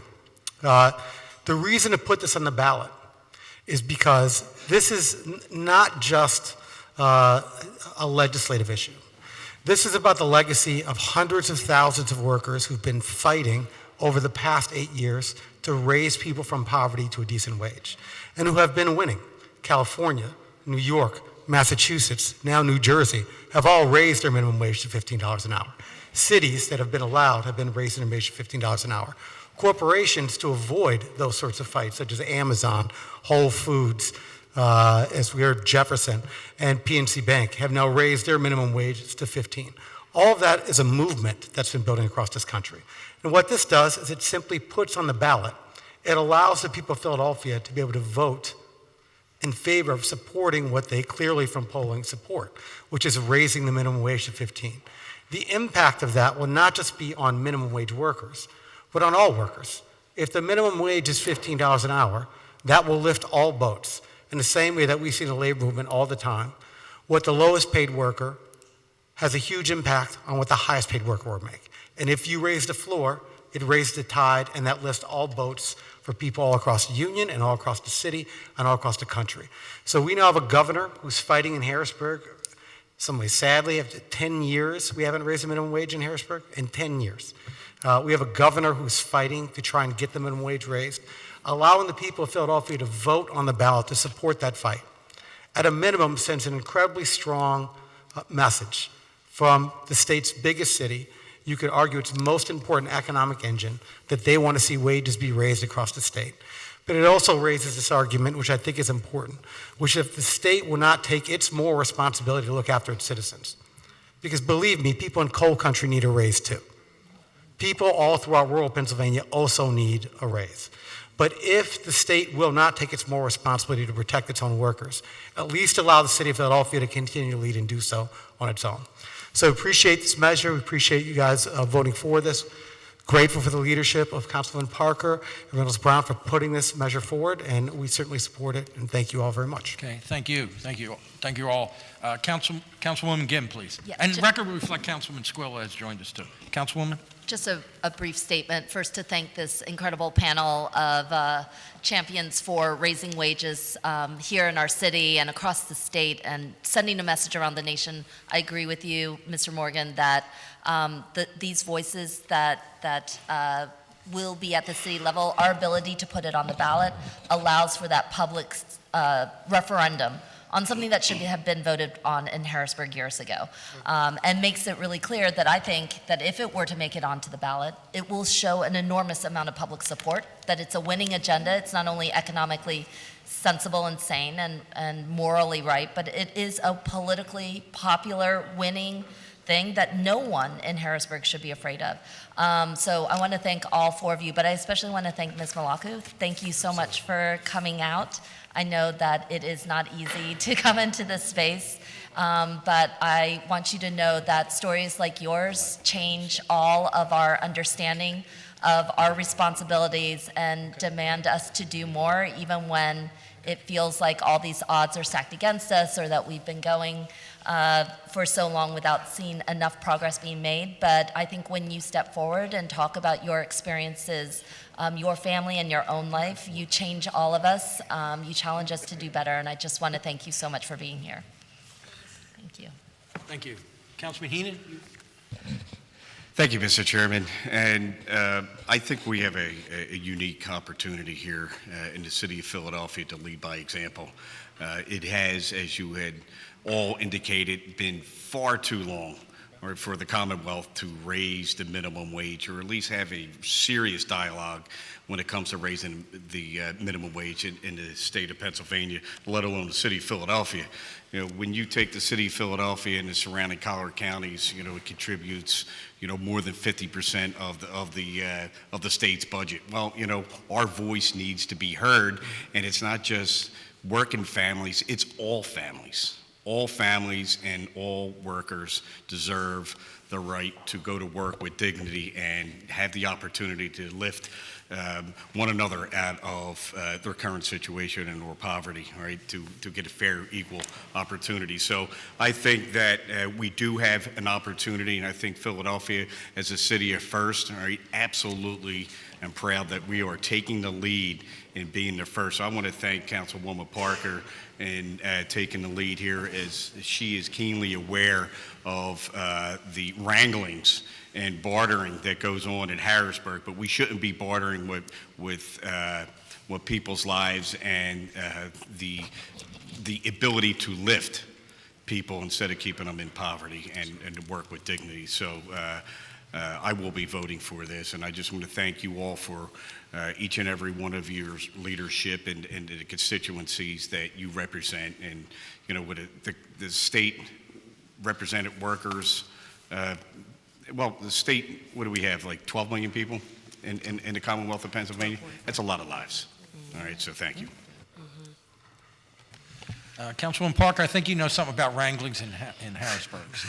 Hey, Mr. Chairman, I know Councilman Heenan, you just really touched on something, and I just wanted to affirm what you just said. And I have to state this for the record. I thank each and every one of you for testifying here today. But because I've been on the front line, and I've seen him in the midst of battle, I want to affirm what President Gillespie stated in his testimony, that I want to be clear and on the record. I don't think we will see movement in, I'm sorry, not Gillespie, Iden. I had a flashback, Pat. I had a cigarette tax flashback. President Iden. But what he stated is that this resolution comes at a time when there is finally some appetite among state Senate Republicans to raise the wage. And I want to state for the record, for all Philadelphians who may be paying attention, not here but watching on television, the reason why that is important is because we want the advocacy and the work that you just described, the advocacy that Power just described of the workers. But what you expect we as legislators to do is to do more than pick up a bullhorn and simply make a call to arms. You want us to be able to go in a room to negotiate. And that is important because for those who are in Harrisburg, they can't go to negotiate, President Iden. They can't go sit at the table and negotiate alone. They can't come up and get the votes to do this alone. And so the idea that we could potentially develop a 5-county coalition strategy that includes the best interests of all in our region, in hopes that that will turn on some lights for our fellow senators and representatives from Western Pennsylvania, from Central Pennsylvania is extremely important. So I just wanted to note, President Iden, that it is probably, you know, your experience in being and working in Harrisburg, that you included a part of that, because what I intend on doing, that a lot of people say, Mr. Chairman, they don't understand why, I try to stay in touch with my Republicans. Republican friends in Harrisburg. And when people don't understand the reason why, Councilwoman Reynolds Brown, it's exactly because while we're working on measures like this, I don't want to say I'm going to try to help Mayor Kenny and Governor Wolf just with a bullhorn. I would like to be able to pick up the phone and call somebody in hopes that they'll answer my question. Thank you. Okay, thank you, Councilwoman. If there's no other questions or comments on this bill, and there's no one else here to testify on this bill? Oh, okay. I had asked before, but please, come on forward. Anybody else other than this individual? Okay, because we want to move. We still running out of time here. Please identify yourself and proceed. Hello, my name is Carla Cruel. I'm an attorney. I actually had a question after listening to the testimony. So I totally am in favor of this. I do a lot of housing work, and when I looked at the bill, I saw that you're requesting that the state legislators will do it by 2025. My concern is if we raise $15 in 2025, won't people still be at the poverty level by then? Because if you do the calculation, that's $31,000 a year.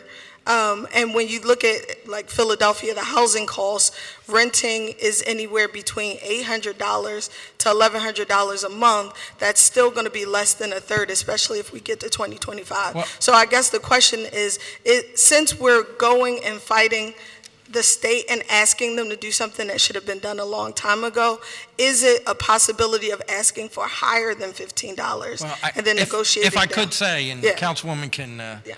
intervene if she wants, but Yeah, I that think was the question. I think the issue is what realistically can we get done from Harrisburg? Right. And Okay? And I think if we you got it. start going, because $15 an hour has sort of become what people are Sure. shooting for, if you will. Right. I think if we start going higher, I think any realistic chance that we're going to have Harrisburg do anything, I mean, this is not going to be easy, okay? No, I understand that, I but think the testimony was that $15 an hour is what has already been done. So I was thinking. well, it was done it hasn't been done here. Not here, right? But because it had 2025 on it and we're in 2019, I was imagining where that money's going to be in 2025. I mean, you got a point, but I think, again, we're trying to be realistic in where what we can realistically get done. Councilwoman, am I stating this correctly? No, Mr. Chairman, I think you gave the exactly correct answer, and just wanted to note for the record that the increase in cost of living has always been a major part of this debate. So I want you to know that I think your comments are like right on the money and make good, logical, economic sense in a much more perfect world. But I think in what our Governor Wolf, has proposed, I think what we as a council have introduced in this resolution, working in conjunction with our mayor, is what we believe to at least be palatable, so that those conversations that AFL-CIO President Pat Eiding talked about in his testimony, that they allow those discussions to continue. But I don't want you in any way, shape, or form to think that your logical economic thinking is not firm, because it is. Okay, thank you. Thank you. All right, here's what we're going to do. We have one more resolution. One more resolution to deal with, Councilwoman Reynolds Brown. But because we want to make sure we keep a quorum, we're going to temporarily recess the public hearing, go into a public meeting to deal with the bills that we have to vote out, and then we're going to come back to the resolution on the child care in the courtrooms, okay? So for those of you who are here for that, just hang in there for a few minutes. We'll be back, okay, Councilwoman? And we're going to go into a public meeting very shortly. Hold on.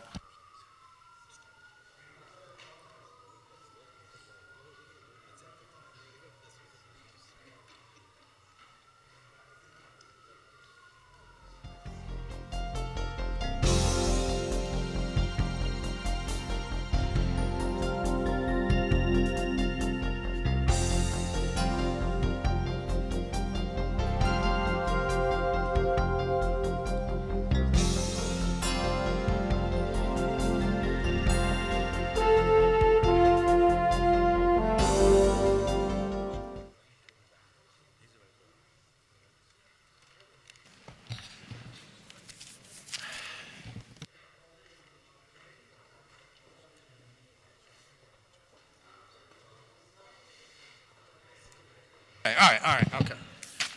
All right, before we go into the public meeting, just for the record, Bill number 190008 and Resolution 190030 is being held to the call of the chair at the request of the sponsor, okay? Now, we're going to go into the public meeting of the Committee on Law and Government, and the chair recognizes Councilman Green. Thank you, Mr. Chair. On Bill number 190083, I move that that bill be amended. That amendment has been circulated to all members of the committee. Second. It's been moved and seconded on the amendment. All in favor? Aye. Opposed? Hearing none, the amendment is adopted. Councilman Green? Thank you. Mr. Chair, I move that Bill number 190083 be voted out of this committee as amended, be voted out of this committee with a favorable recommendation, and the rules of council be suspended so this bill can have a first reading at the next session of council. Second.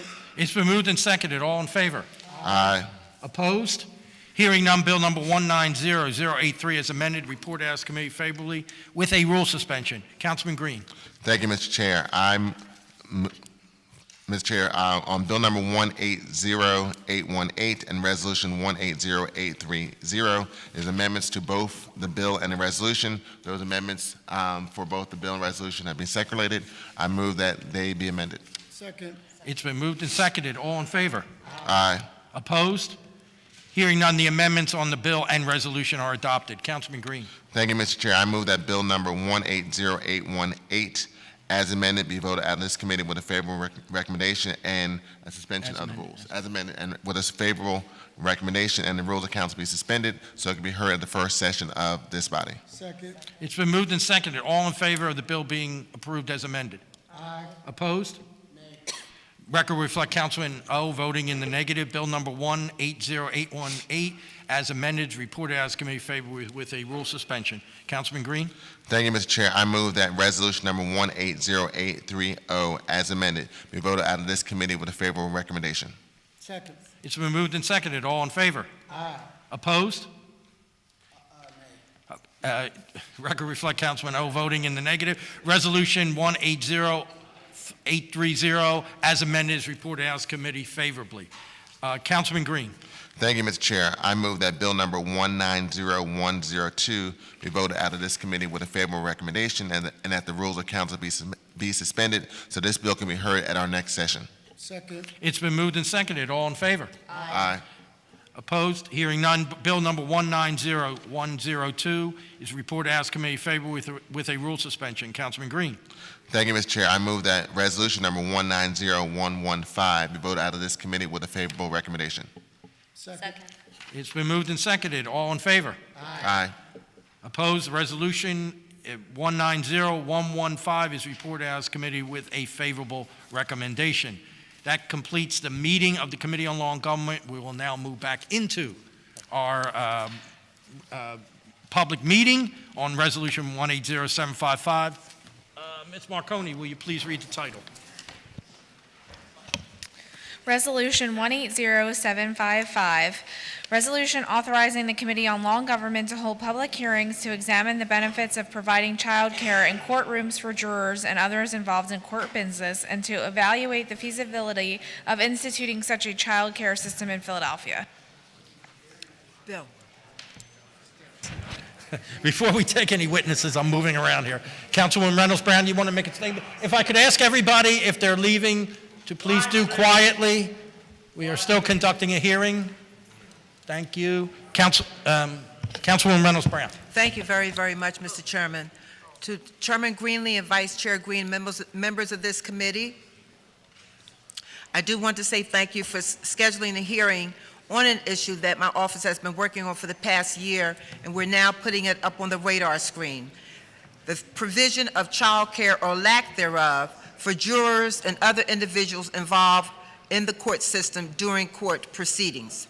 A huge thank you to Rhonda Hill Wilson, Esquire, for first bringing this critical issue to my attention well over a year ago.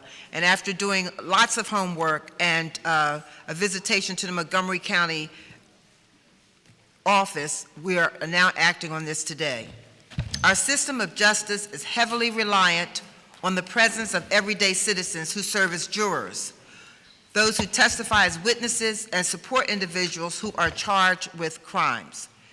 With jurors in particular, our Constitution guarantees the right to an impartial jury, and courts have interpreted this to mean that individuals charged with a crime are entitled to a jury of their peers.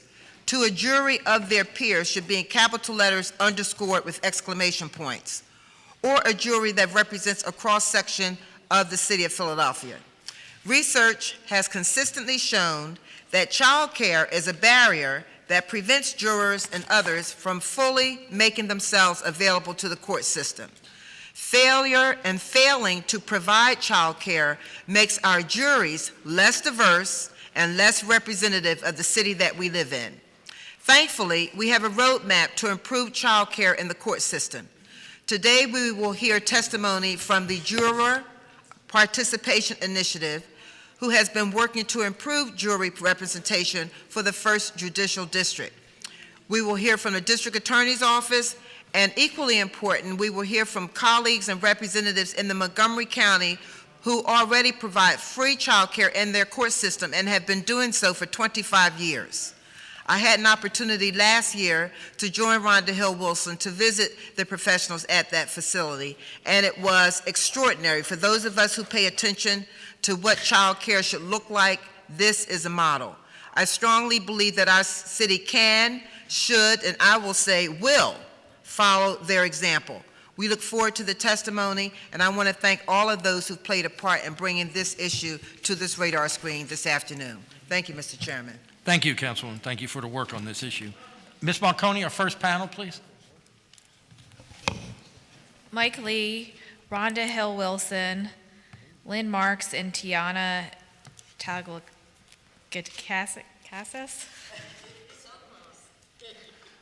I'm sure that was a good try. Yeah. There you go.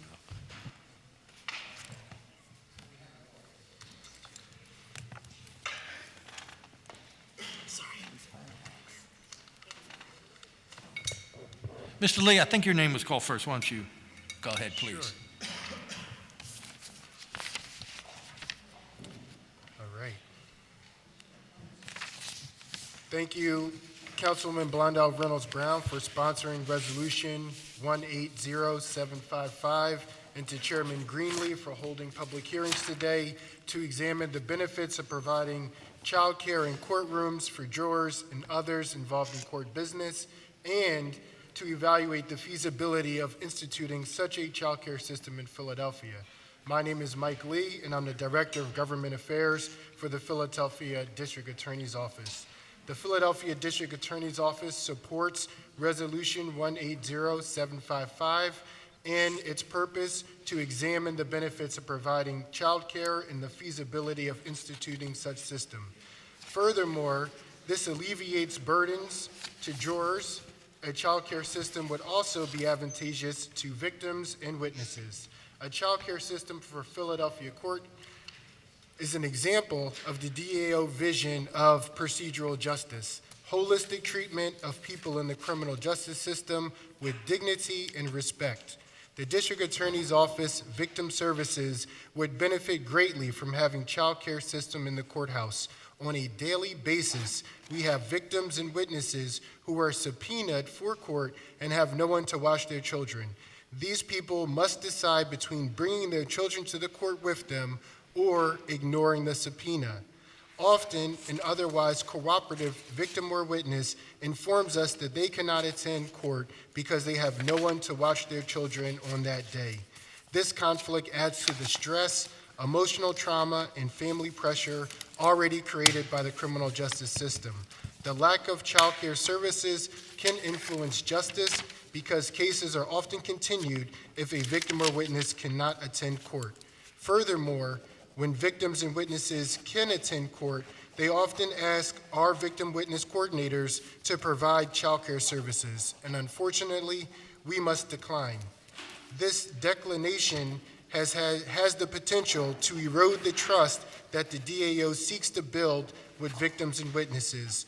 Our victim witness coordinators support victims and witnesses by providing case updates, court listings, court accompaniment, registration with the State Victim Advocate Office for important hearing notifications, and in some limited circumstances, transportation to and from court. In addition to putting our staff in a compromising position, the lack of childcare services can often fall to a police officer or detective on a given case that is willing to watch the children while their parent or guardian testifies. This situation is far from ideal for the child, for the parent or guardian, and for the police officer or detective involved. Resolution 180755 specifically addresses this issue by allowing our victim witness coordinators to connect victim and witnesses to child care services. Serving as a connection point to such things can build trust and increase participation of victims and witnesses.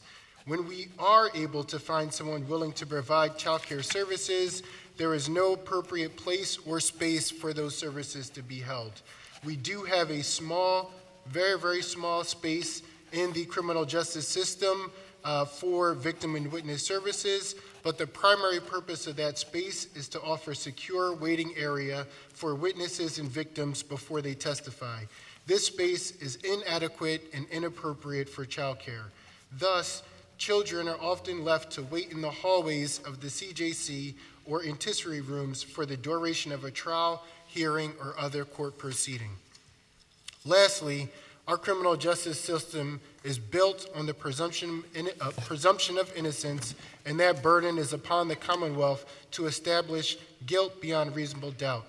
Jurors, in their function as fact finders, are instrumental to the perception and actuation of justice, fairness, and equality within our criminal justice system. The District Attorney's Office supports the Pennsylvania Interbranch Commission for Gender, Racial, and Ethnic Fairness's identification of the lack of childcare of having a disproportionate impact on potential for women jurors, and support the recommendation that each county provide child care services to jurors specifically. The DAO supports Resolution 180755 because establishing a child care system in Philadelphia benefits jurors, victims, and witnesses whose presence has been requested or is necessary for the administration of justice. I look forward to any questions that the committee may have. Thank you. Thank you, Ms. Lee. We'll hear from all four before we have any questions. Who'd like to go next? Rhonda Hill Wilson. First, I want to thank you, Chairman Greenlee, and to this committee, and especially to Councilwoman Blondell Reynolds Brown, who has sponsored Resolution 180755, and for her leadership. I have been an attorney here in the city of Philadelphia for over 35 years. I am a trial lawyer. But I'm also here today as co-chairperson of the Interbranch Commission on Gender, Race, and Ethnic Fairness. I co-chair this commission with Nora Winkleman, Esquire, who presently serves in Harrisburg as Chief Legal Counsel of the Democratic Caucus, Pennsylvania House of Representatives. The Interbranch Commission was established in 2005 to determine whether racial and/or gender bias played a role in the justice system.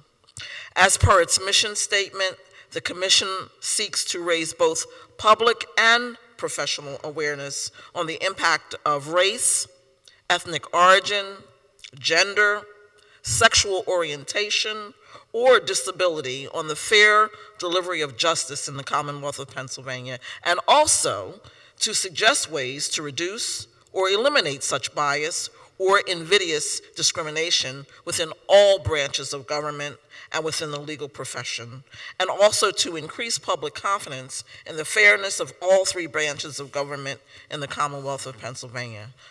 I'm also here as a member and co-convener of the Black Women Leadership Council of Philadelphia, of which I am co-convener along with Emma Chappelle and Joanne Bell. We are a voluntary organization of African American women here in the city of Philadelphia engaged in civil activism. It is said, and it is true, that a fair jury trial is understood to be the bulwark of liberty. In order to protect the rights of its citizens, a jury pool should include a cross-section of the population of its community in terms of age, gender, race, and national origin. A fair jury will not exclude any particular group of people. Over my many years of trial practice, I have seen individuals decline or deselect themselves from jury service because of child daycare concerns and angst. Recently, I had trials, civil trials, where there were few young women, few young men who were on the juries.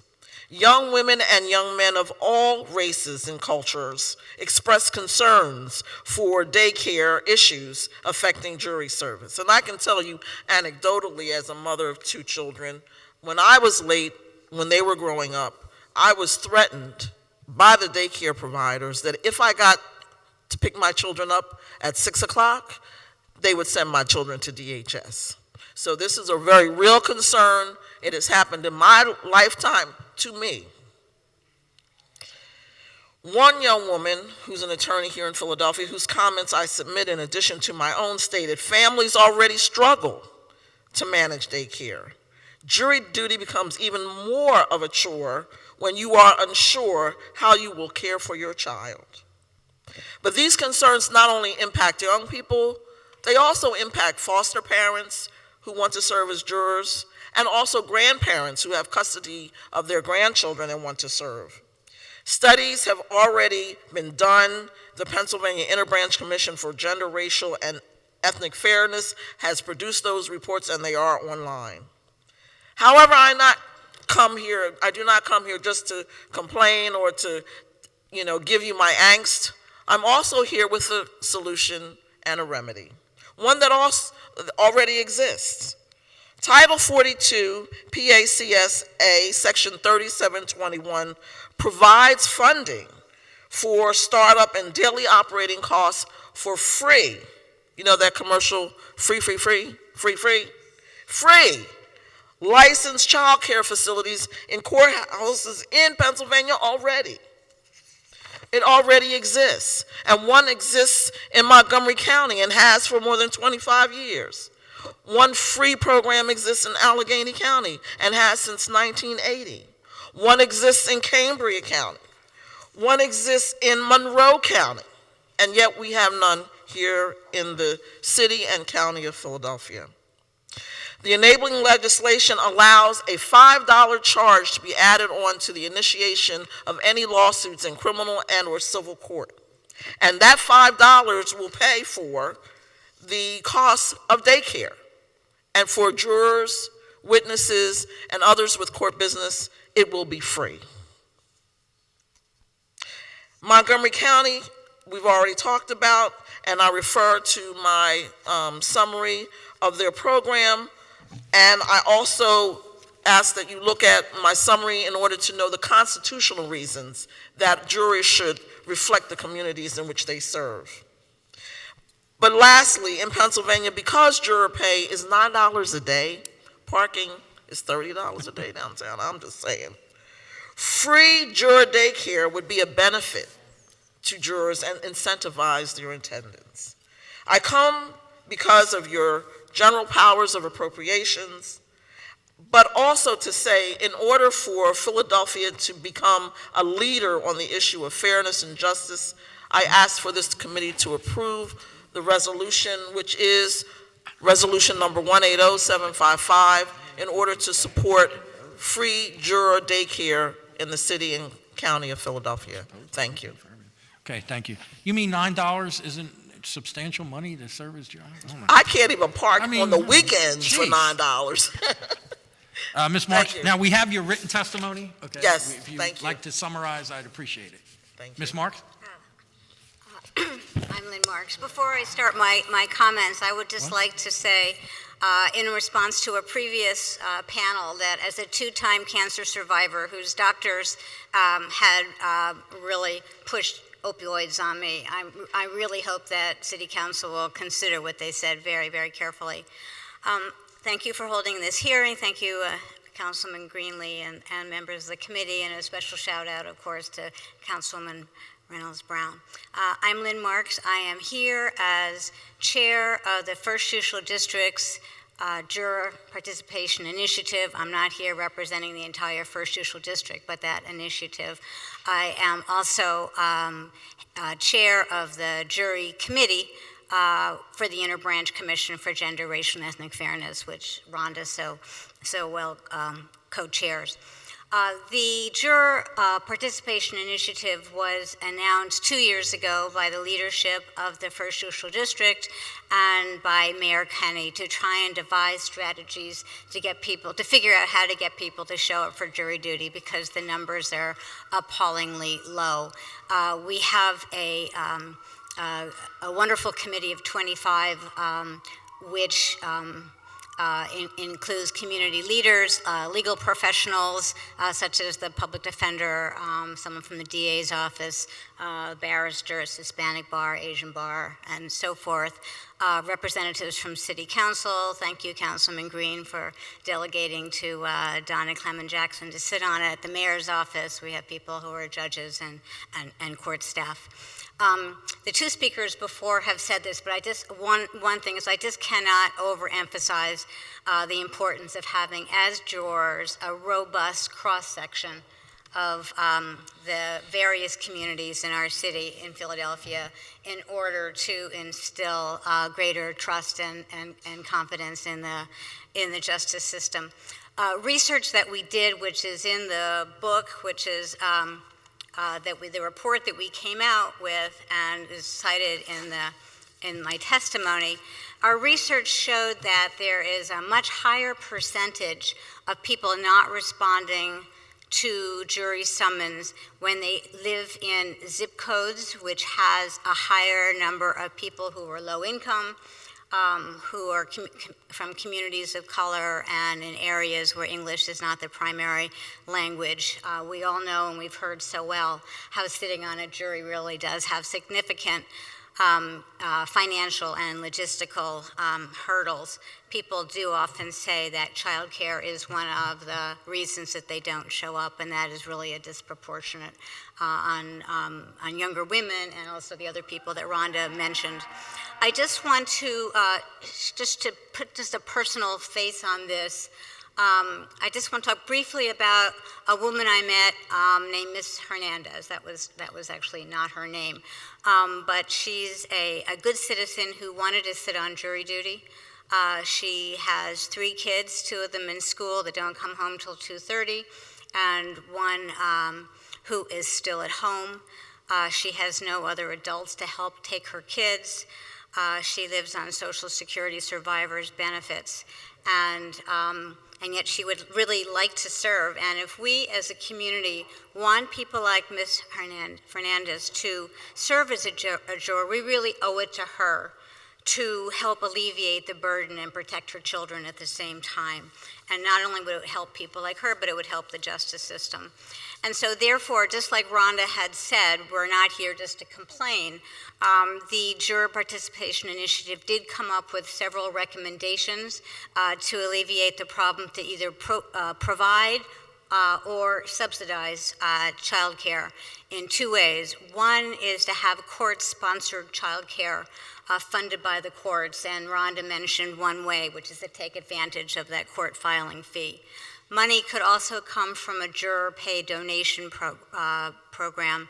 Another form is to have discount vouchers for non-related court childcare, quality childcare. But for every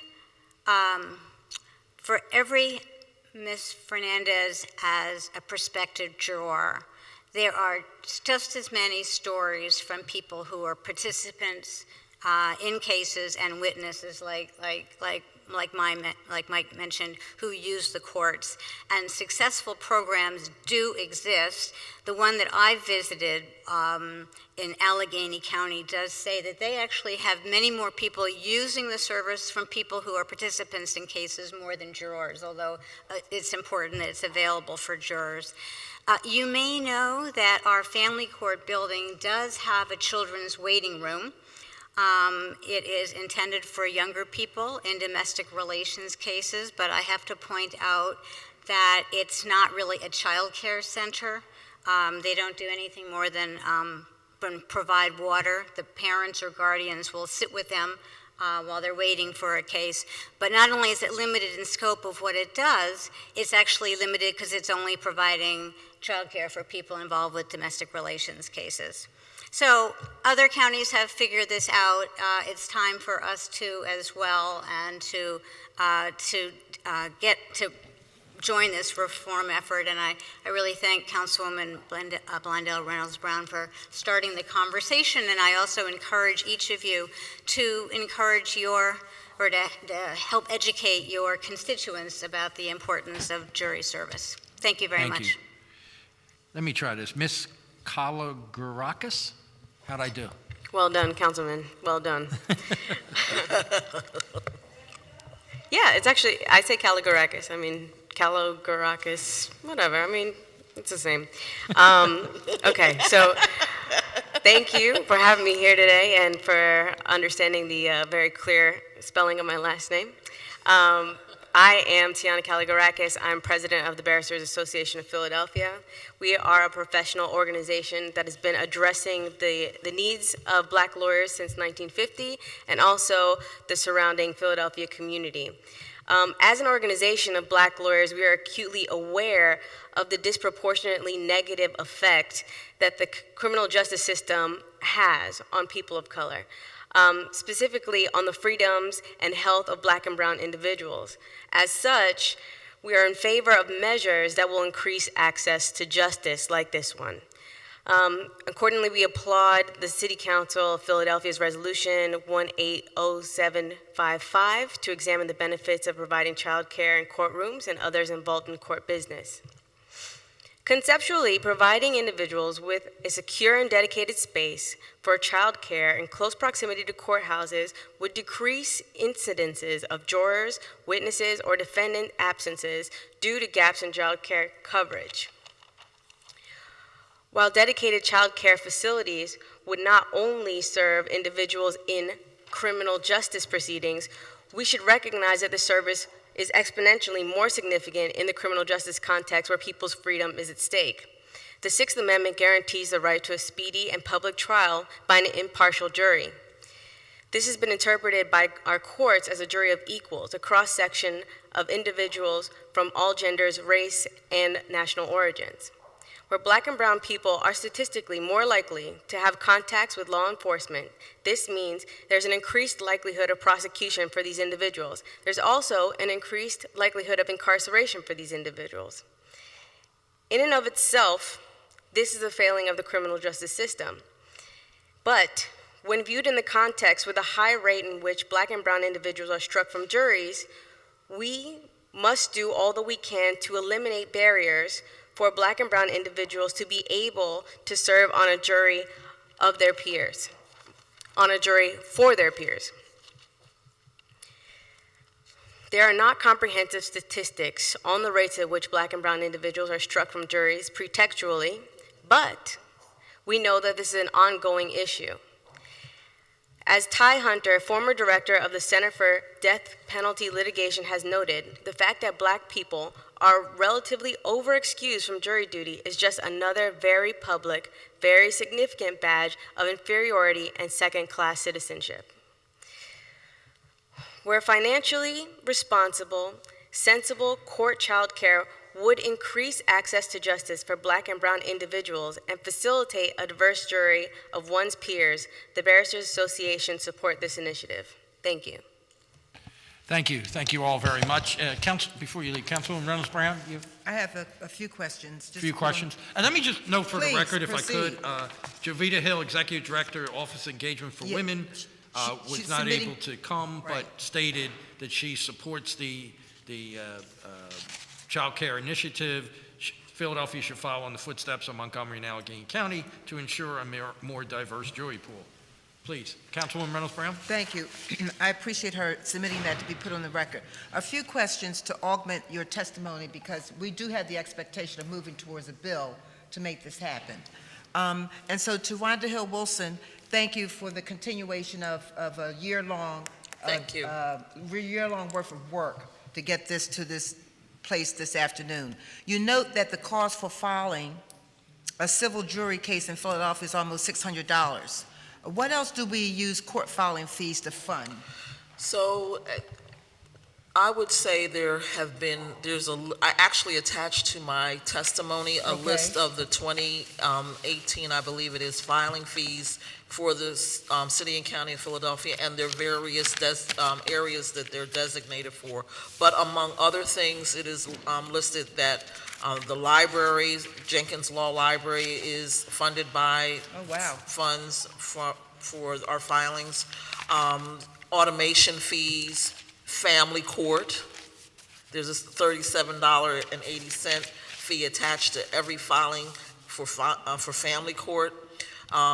There's administrative judge or those kinds of fees, such that it's almost like a $200 additional charge. And I have to say, for me, that's, me and I think all who are interested in justice and equal justice, the disparity between what it costs to file in Philadelphia is staggering when it's compared to Allegheny County or Montgomery County, where it's like a third or a half of what those costs are. We're the poorest and biggest city in the United States.